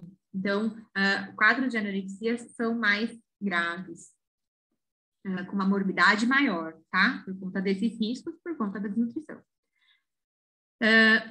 Os objetivos, então, do tratamento são a regulação do padrão alimentar, a suspensão da purgação e da restrição e uma orientação nutricional adequada. Isso para todos os transtornos alimentares, né? Eu preciso começar gradualmente, fazer com que esse indivíduo enxergue de forma diferente a alimentação e enxergue de forma diferente a sua autoimagem. E não é fácil, tá, gente? Porque a dispersão da imagem é mais difícil da gente conseguir modificar, mas a gente precisa fazer com que o indivíduo ganhe insight, ganhe crítica e ganhe consciência de que aquela imagem que ele está vendo acima da média não é compatível com a imagem real. Então, às vezes, quando a gente não consegue modificar, a gente consegue educar, né? Fazer com que ele tenha uma compreensão melhor. A gente precisa conversar com essas pessoas a ponto de fazê-los compreender que a restrição calórica, a restrição da ingesta, não é a melhor maneira de uma manutenção de um peso de uma forma corporal. E que a gente não pode entrar em guerra nutricional e nem em guerra com calorias por conta disso, né? Então, o fato de eu restringir tanto uma alimentação e, por exemplo, me pesar antes da alimentação e depois, e ver que eu ganhei 100 gramas, isso não implica num ganho de peso significativo futuro, né? Isso é pontual. E que, às vezes, quanto mais eu restringo, mais o meu organismo acaba consumindo proteína, consumindo massa magra e acumulando gordura. Então, eu vou ter uma perda de forma bastante inadequada. Então, tem um monte de fator que é importante que a gente converse com os nossos pacientes aí dentro dessa equipe multidisciplinar, para que eles consigam ter uma percepção diferente acerca do próprio peso, acerca da alimentação, de fazer as pazes mesmo com a comida e com o corpo, né? Então, isso é um processo. Então, a gente nunca impõe, tenta não fazer um enfrentamento, né? A gente tenta acolher, porque aquela pessoa está em real sofrimento, né? Não é que ela não come porque não é frescura, né? É um sofrimento em relação à comida. O ato de comer, o horário do almoço, o horário da alimentação é sempre uma coisa muito angustiante, né? Muito desesperadora. E, inclusive, ou por questão da purgação, né? Ou pela vergonha da purgação, ou porque você não quer comer, e você não quer demonstrar que você não quer comer, porque você sabe que todo mundo vai encher o saco, vai falar, então você está sempre tentando arranjar uma desculpa para conseguir amenizar esse momento da alimentação, né? Às vezes evitar, inclusive, a alimentação em família, às vezes usar roupas mais largas para a família não falar nada do seu corpo, enfim, várias coisas, né? Uma outra coisa que é importante quando a gente está falando dos pacientes com bulimia, aí no caso, também usa com anorexia mais menos, né? Com bulimia mais. É a gente conversar a respeito desses processos purgatórios, né? Então, a purgação, então, por exemplo, às vezes os calos, as feridas que formam na mão por conta do atrito do dente na pele da mão, para quando está tentando purgar, né? Quando quer induzir o vômito, o uso excesso de laxativos, o uso excessivo de diuréticos, pode também ocasionar outros comprometimentos daquele indivíduo. Mesmo o excesso de atividade física, né? Seja na vigorexia, ali no transtorno dismórfico corporal, seja na bulimia ou na anorexia, às vezes o excesso de atividade física está sendo feito de forma inadequada, né? Sobrecarregando o corpo. Então, a gente pode ter inúmeros outros comprometimentos. Então, isso também é importante a gente conversar, né? Acerca desse processo de restrição, acerca dessa tentativa compensatória, dessa purgação. Uma outra coisa que é importante é que quando a gente fala, principalmente na compulsão alimentar, a gente está falando de uma busca de um prazer, né? Então, eu como em busca de uma sensação de prazer e saciedade. Estou querendo ativar ali o meu sistema de recompensa, né? Estou querendo melhorar a dopamina ali no meu organismo, uma busca desenfreada, né? E por isso se torna um ciclo vicioso, porque eu sinto prazer, eu sinto culpa, eu sinto prazer, eu sinto culpa, eu sinto prazer, eu sinto culpa e não consigo sair desse ciclo. Então, é importante trabalhar, né? Principalmente num processo psicoterapêutico, esse processo, essa busca desse prazer, né? O que a gente está tentando compensar com a comida? Que vazio existencial que a gente possa vir a ter, que eu estou tentando preencher com um alimento, né? Então, isso tudo é um processo que demanda tempo. A orientação nutricional deve abordar a necessidade de ingerir diariamente os diferentes grupos alimentares, mostrar o tamanho adequado das porções da refeição, né? E tentar discutir todas essas crenças errôneas sobre alimentação. A gente sempre solicita um diário alimentar, tá, gente? É muito comum a gente falar, olha, você tem que me contar como é que foi seu dia, tá?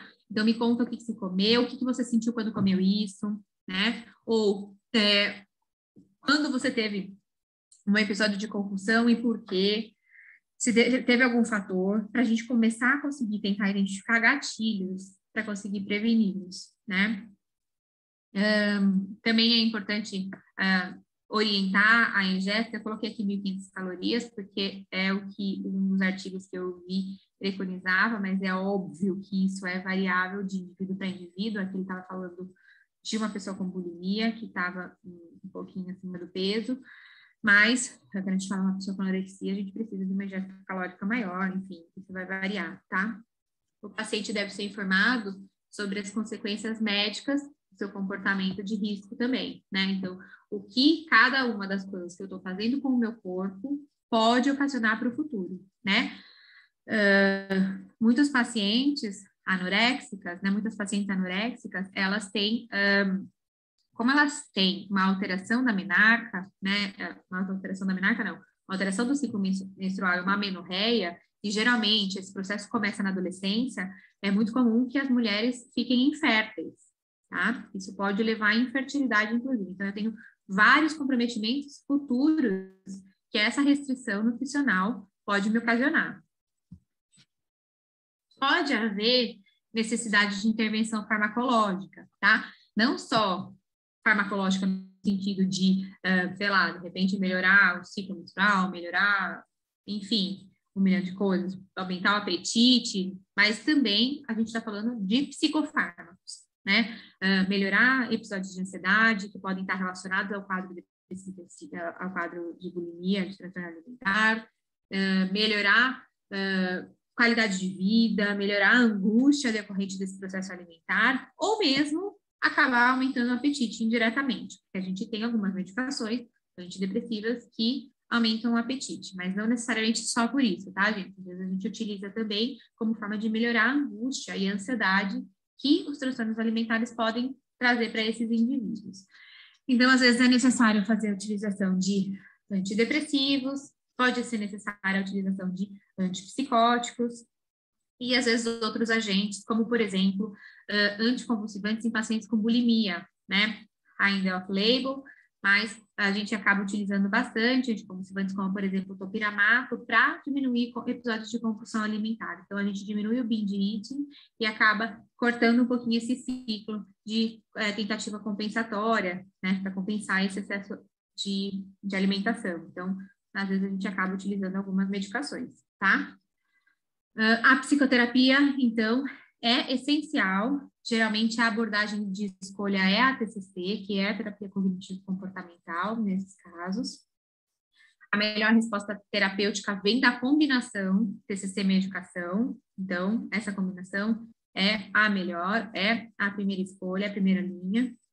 E, de acordo com a gravidade do quadro, o tratamento pode ser feito ambulatorialmente, hospital-dia ou em regime de internação. E aí a gente vai avaliar tanto o grau de comprometimento do indivíduo, né, desse paciente, a crítica acerca da sua doença, né, e a disponibilidade de colaborar com o tratamento, ou até do comprometimento clínico mesmo, né, o tanto que dá para fazer um acompanhamento ambulatorial com aquele indivíduo, ou você não vai ter necessidade de uma internação para reposição eletrolítica, enfim, nutricional, no caso de anorexia principalmente, tá? Bom, gente, vale lembrar que, independente do trabalho com o próprio paciente, que já é portador de transtorno alimentar, e também com a família, que é sempre importante, porque a família sempre acaba se envolvendo em todo esse processo, né, positiva ou negativamente, é importante a gente se atentar à exposição dos jovens, principalmente que são mais vulneráveis, né, adolescentes são mais vulneráveis a informações externas, à exposição desses jovens à rede social, né, e tentar identificar mudanças de padrão de comportamento nesses indivíduos nessa faixa etária, cobranças, comparações, e até geralmente começa com uma baixa autoestima, né? De você não se sentir bonito o suficiente, porque você não parece com aquelas pessoas que aparecem na tela do seu computador. Essa grande exposição das redes sociais, então, essa incansável busca de likes, essa necessidade de ser visto e amado virtualmente, às vezes nem é compatível com a sua vida extra internet, leva a uma busca de uma vida perfeita, que é uma busca inalcançável, é alguma coisa muito utópica, que é impossível que a gente consiga alcançar, que é impossível chegar, é impossível ter aquela vida que a gente vê nas redes sociais, né? E às vezes a gente não tem essa percepção, às vezes a gente fica tão entorpecido pela felicidade, pelo prazer e pela sensação de beleza exposta nas redes sociais, que a gente não consegue ter o discernimento e falar, não, pera, mas não é possível, isso não deve ser assim, não é possível, não é normal, não é possível, não dá para ser assim, não dá para ser feliz o tempo inteiro, não dá para ser perfeito o tempo inteiro, não dá para ser, sei lá, super sarado comendo pizza, não dá, né? Então a gente tem que perceber que a gente precisa ter mais pé no chão, e isso às vezes fica muito difícil porque a gente está muito contaminado pela beleza da rede social, né? Aqui eu deixei algumas referências bibliográficas para vocês, também deixei dicas de filmes, né? Quem já teve alguma aula minha sabe que eu adoro dicas de filmes e geralmente quando dá tempo eu passo, inclusive, trailers para a gente discutir, né? Trechos de filme para a gente discutir. Eu não quis passar hoje porque eu achei que eu fosse me prolongar muito, mas To the Bone, O Mínimo para Viver, Corpo Perfeito e Dying to Dance são 3 filmes que falam sobre transtornos alimentares. E é isso, gente. Estou à disposição. Se vocês tiverem dúvidas, se vocês quiserem conversar, se vocês, sei lá, quiserem só falar um oi também, tá? Tudo bem. É só me chamarem. Eu agradeço bastante pela participação. A aula foi muito boa. Eu gostei bastante que você retratou o transtorno dismórfico corporal, que muita gente não conhece ou não tem tanta informação sobre. Também adorei as dicas de filme no final. Eu vou querer assistir todos. E a gente teve algumas perguntas aqui no bate-papo, eu vou ler para você. A primeira pergunta: é possível desenvolver os 2 transtornos alimentares de forma comórbida? Sim. Aí seria a anorexia nervosa e a bulimia. É possível ter os 2 transtornos de forma comórbida. O que acontece é que muitas das vezes a gente tem um episódio de anorexia, é mais comum que a gente tenha um episódio de anorexia com comportamento compulsivo e aquele especificador que eu falei para vocês, sabe? Comportamento compulsivo e purgativo. É mais comum, mas é possível sim que haja os 2 transtornos comórbidos. É que, no geral, quando a gente fala de bulimia, por que a gente fala que é mais incomum? Que é mais fácil ser uma anorexia com especificador de compulsão e restrição. Porque quando a gente fala de bulimia, geralmente o indivíduo tem episódios significativos de compulsão alimentar e purga. Então, ele vive nesse ciclo. E quando a gente fala de anorexia, a gente tem uma preocupação excessiva com o ganho de peso, a ponto de um indivíduo ficar sem comer. Então, é mais difícil ter as 2 coisas associadas, porque geralmente eu tenho episódios de compulsão alimentar muito intensos na bulimia, coisa que o anoréxico não costuma fazer, porque ele é mais do padrão restritivo, tá? Mas pode ser sim, pode acontecer. Mas na maioria das vezes não é comorbidade, tá? Na maioria das vezes, o mais comum é que seja um transtorno de anorexia, né? Um transtorno alimentar da anorexia, com padrão de compulsão e purgativo. Mas pode. Se eu fui prolixa. Eu sou prolixa às vezes, gente, desculpa. Mas aí, assim, nesse caso, o paciente ou a paciente teria, então, um baixo peso, um IMC baixo. Geralmente tem baixo peso, mas daí ele tem um padrão de compulsão mais significativo do que só no paciente que é restritivo. O paciente que é restritivo e que tem padrão de compulsão, essa compulsão ela acontece de forma mais esporádica. Então, ela vai acontecer, tipo, uma vez por mês, ela vai acontecer menos recorrente. Na bulimia, como isso acontece pelo menos uma vez por semana, é um padrão mais intenso, né? Então, às vezes pode acontecer com um padrão mais intenso, daí ele compensa de uma forma muito excessiva, de uma forma anoréxica de compensar. Daí ele vai ter uma diminuição vai estar abaixo do peso, vai ter um IMC abaixo do peso. Se ele tiver comórbido, ele não vai estar normal ou acima do peso da bulimia. Aí ele vai estar abaixo do peso. Tá, ok. Obrigada. De padrão de compulsão, tá? Outra pergunta que tivemos qual é a relação de risco entre a anorexia e a proximidade da menarca? proximidade da menarca, na verdade, quando a gente está próximo da menarca, a gente modifica vários dos nossos comportamentos, inclusive da nossa percepção. E isso a gente fala um pouquinho sobre o desenvolvimento neuropsicomotor, né? Então, se a gente voltar lá nas aulas de psicopatologia, a gente vai lembrar que a gente vai tendo um processo de evolução, de autoconhecimento, de autoimagem e a formação da nossa percepção de nós mesmos, conforme a gente vai tendo a formação da nossa personalidade ao longo da vida. Quando a gente fala da menarca, geralmente a gente está falando na idade, transpassando, né? Quando é mais jovem ainda, na idade de escolar para pré-adolescência ou pré-adolescência, né? Então, às vezes tem criança que entra na menarca mais cedo, então ali com 10 anos, mas geralmente em torno de 13 anos, 12, 13 anos. Nesse processo, acontece que eu tenho uma modificação de várias questões. A primeira é a hormonal. A modificação hormonal já é muito significativa, porque eu tenho uma maturação sexual, então eu já tenho uma percepção do meu próprio corpo e do outro indivíduo de maneira diferente, né? No sentido mais sexualmente falando mesmo, né? E aí, eu começo a ter um interesse maior em estar bonita e ser atraível, não sei se existe essa palavra, mas de me fazer ser atraída por outra pessoa, né? Pela minha pessoa de interesse. A outra coisa no período da menarca, eu tenho uma mudança do meu corpo, né? Então, eu tenho a telarca, eu tenho uma modificação da minha composição corporal, então eu tenho alguns depósitos de gordura em alguns lugares do meu corpo para ficar com um corpo mais feminino, isso principalmente nas mulheres, né? O que também pode fazer com que eu tenha uma mudança da percepção da minha autoimagem, né? E, além disso, tem essa questão de aceitar e ser aceito, né? Então, eu quero ser aceita, eu quero ser bonita. Então, por isso que a menarca aumenta muito a chance da gente desenvolver neste período, né? Não que a gente não possa desenvolver uma anorexia mais para frente, tá, gente? A gente pode desenvolver uma anorexia mais para frente. Mas a menarca, ela tem esse botãozinho do liga e desliga. O botãozinho do não sou criança, virei mulher. O botãozinho do preciso ser sexualmente atraível.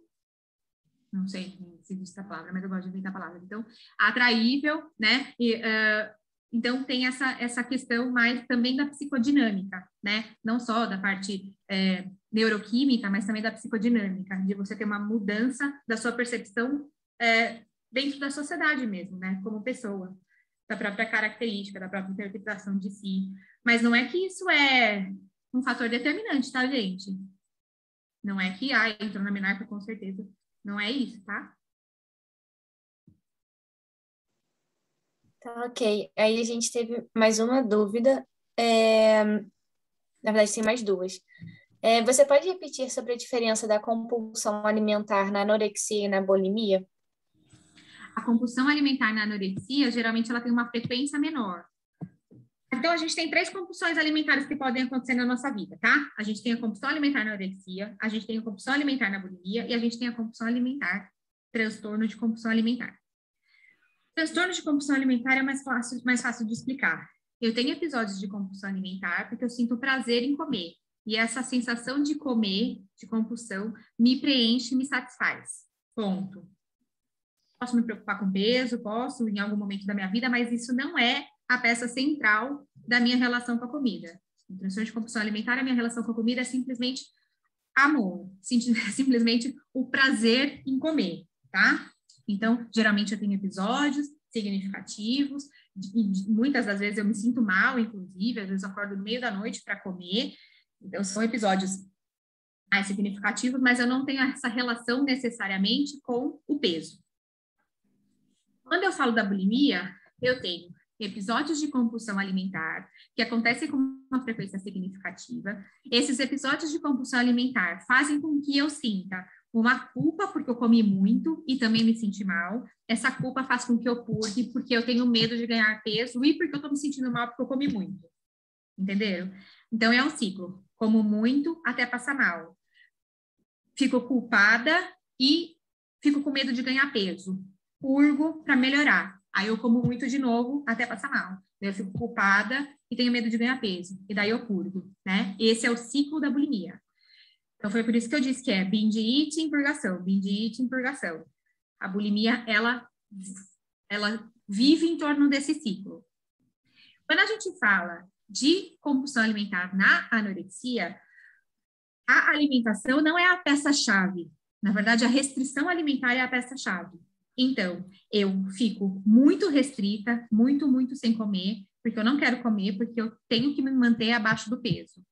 Daí, pode ser que, de repente, eu sinto uma vontade de comer alguma coisa e tenho algum gatilho e tenho um episódio de compulsão alimentar. E daí eu sinto mal e restringo. Mas a compulsão alimentar é uma escorregada e não é a peça-chave principal do meu transtorno. Entenderam? Eu não tenho tudo decorrente desse padrão de compulsão alimentar. Na verdade, esse padrão de compulsão alimentar é porque eu restringi muito e daí, de repente, eu precisei comer.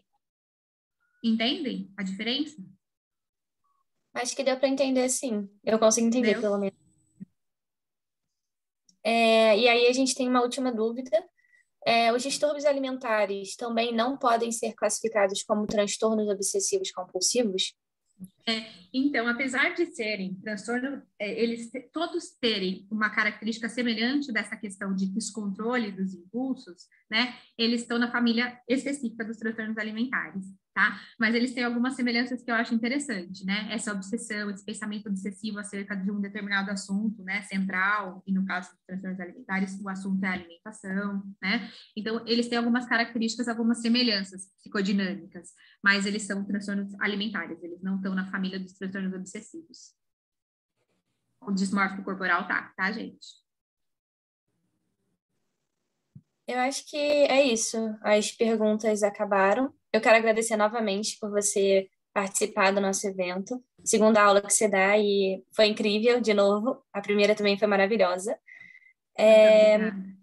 Eu acho que é isso. Então, aí, se tiver mais perguntas, a gente pode mandar através do Instagram e a gente manda a resposta de volta para a pessoa.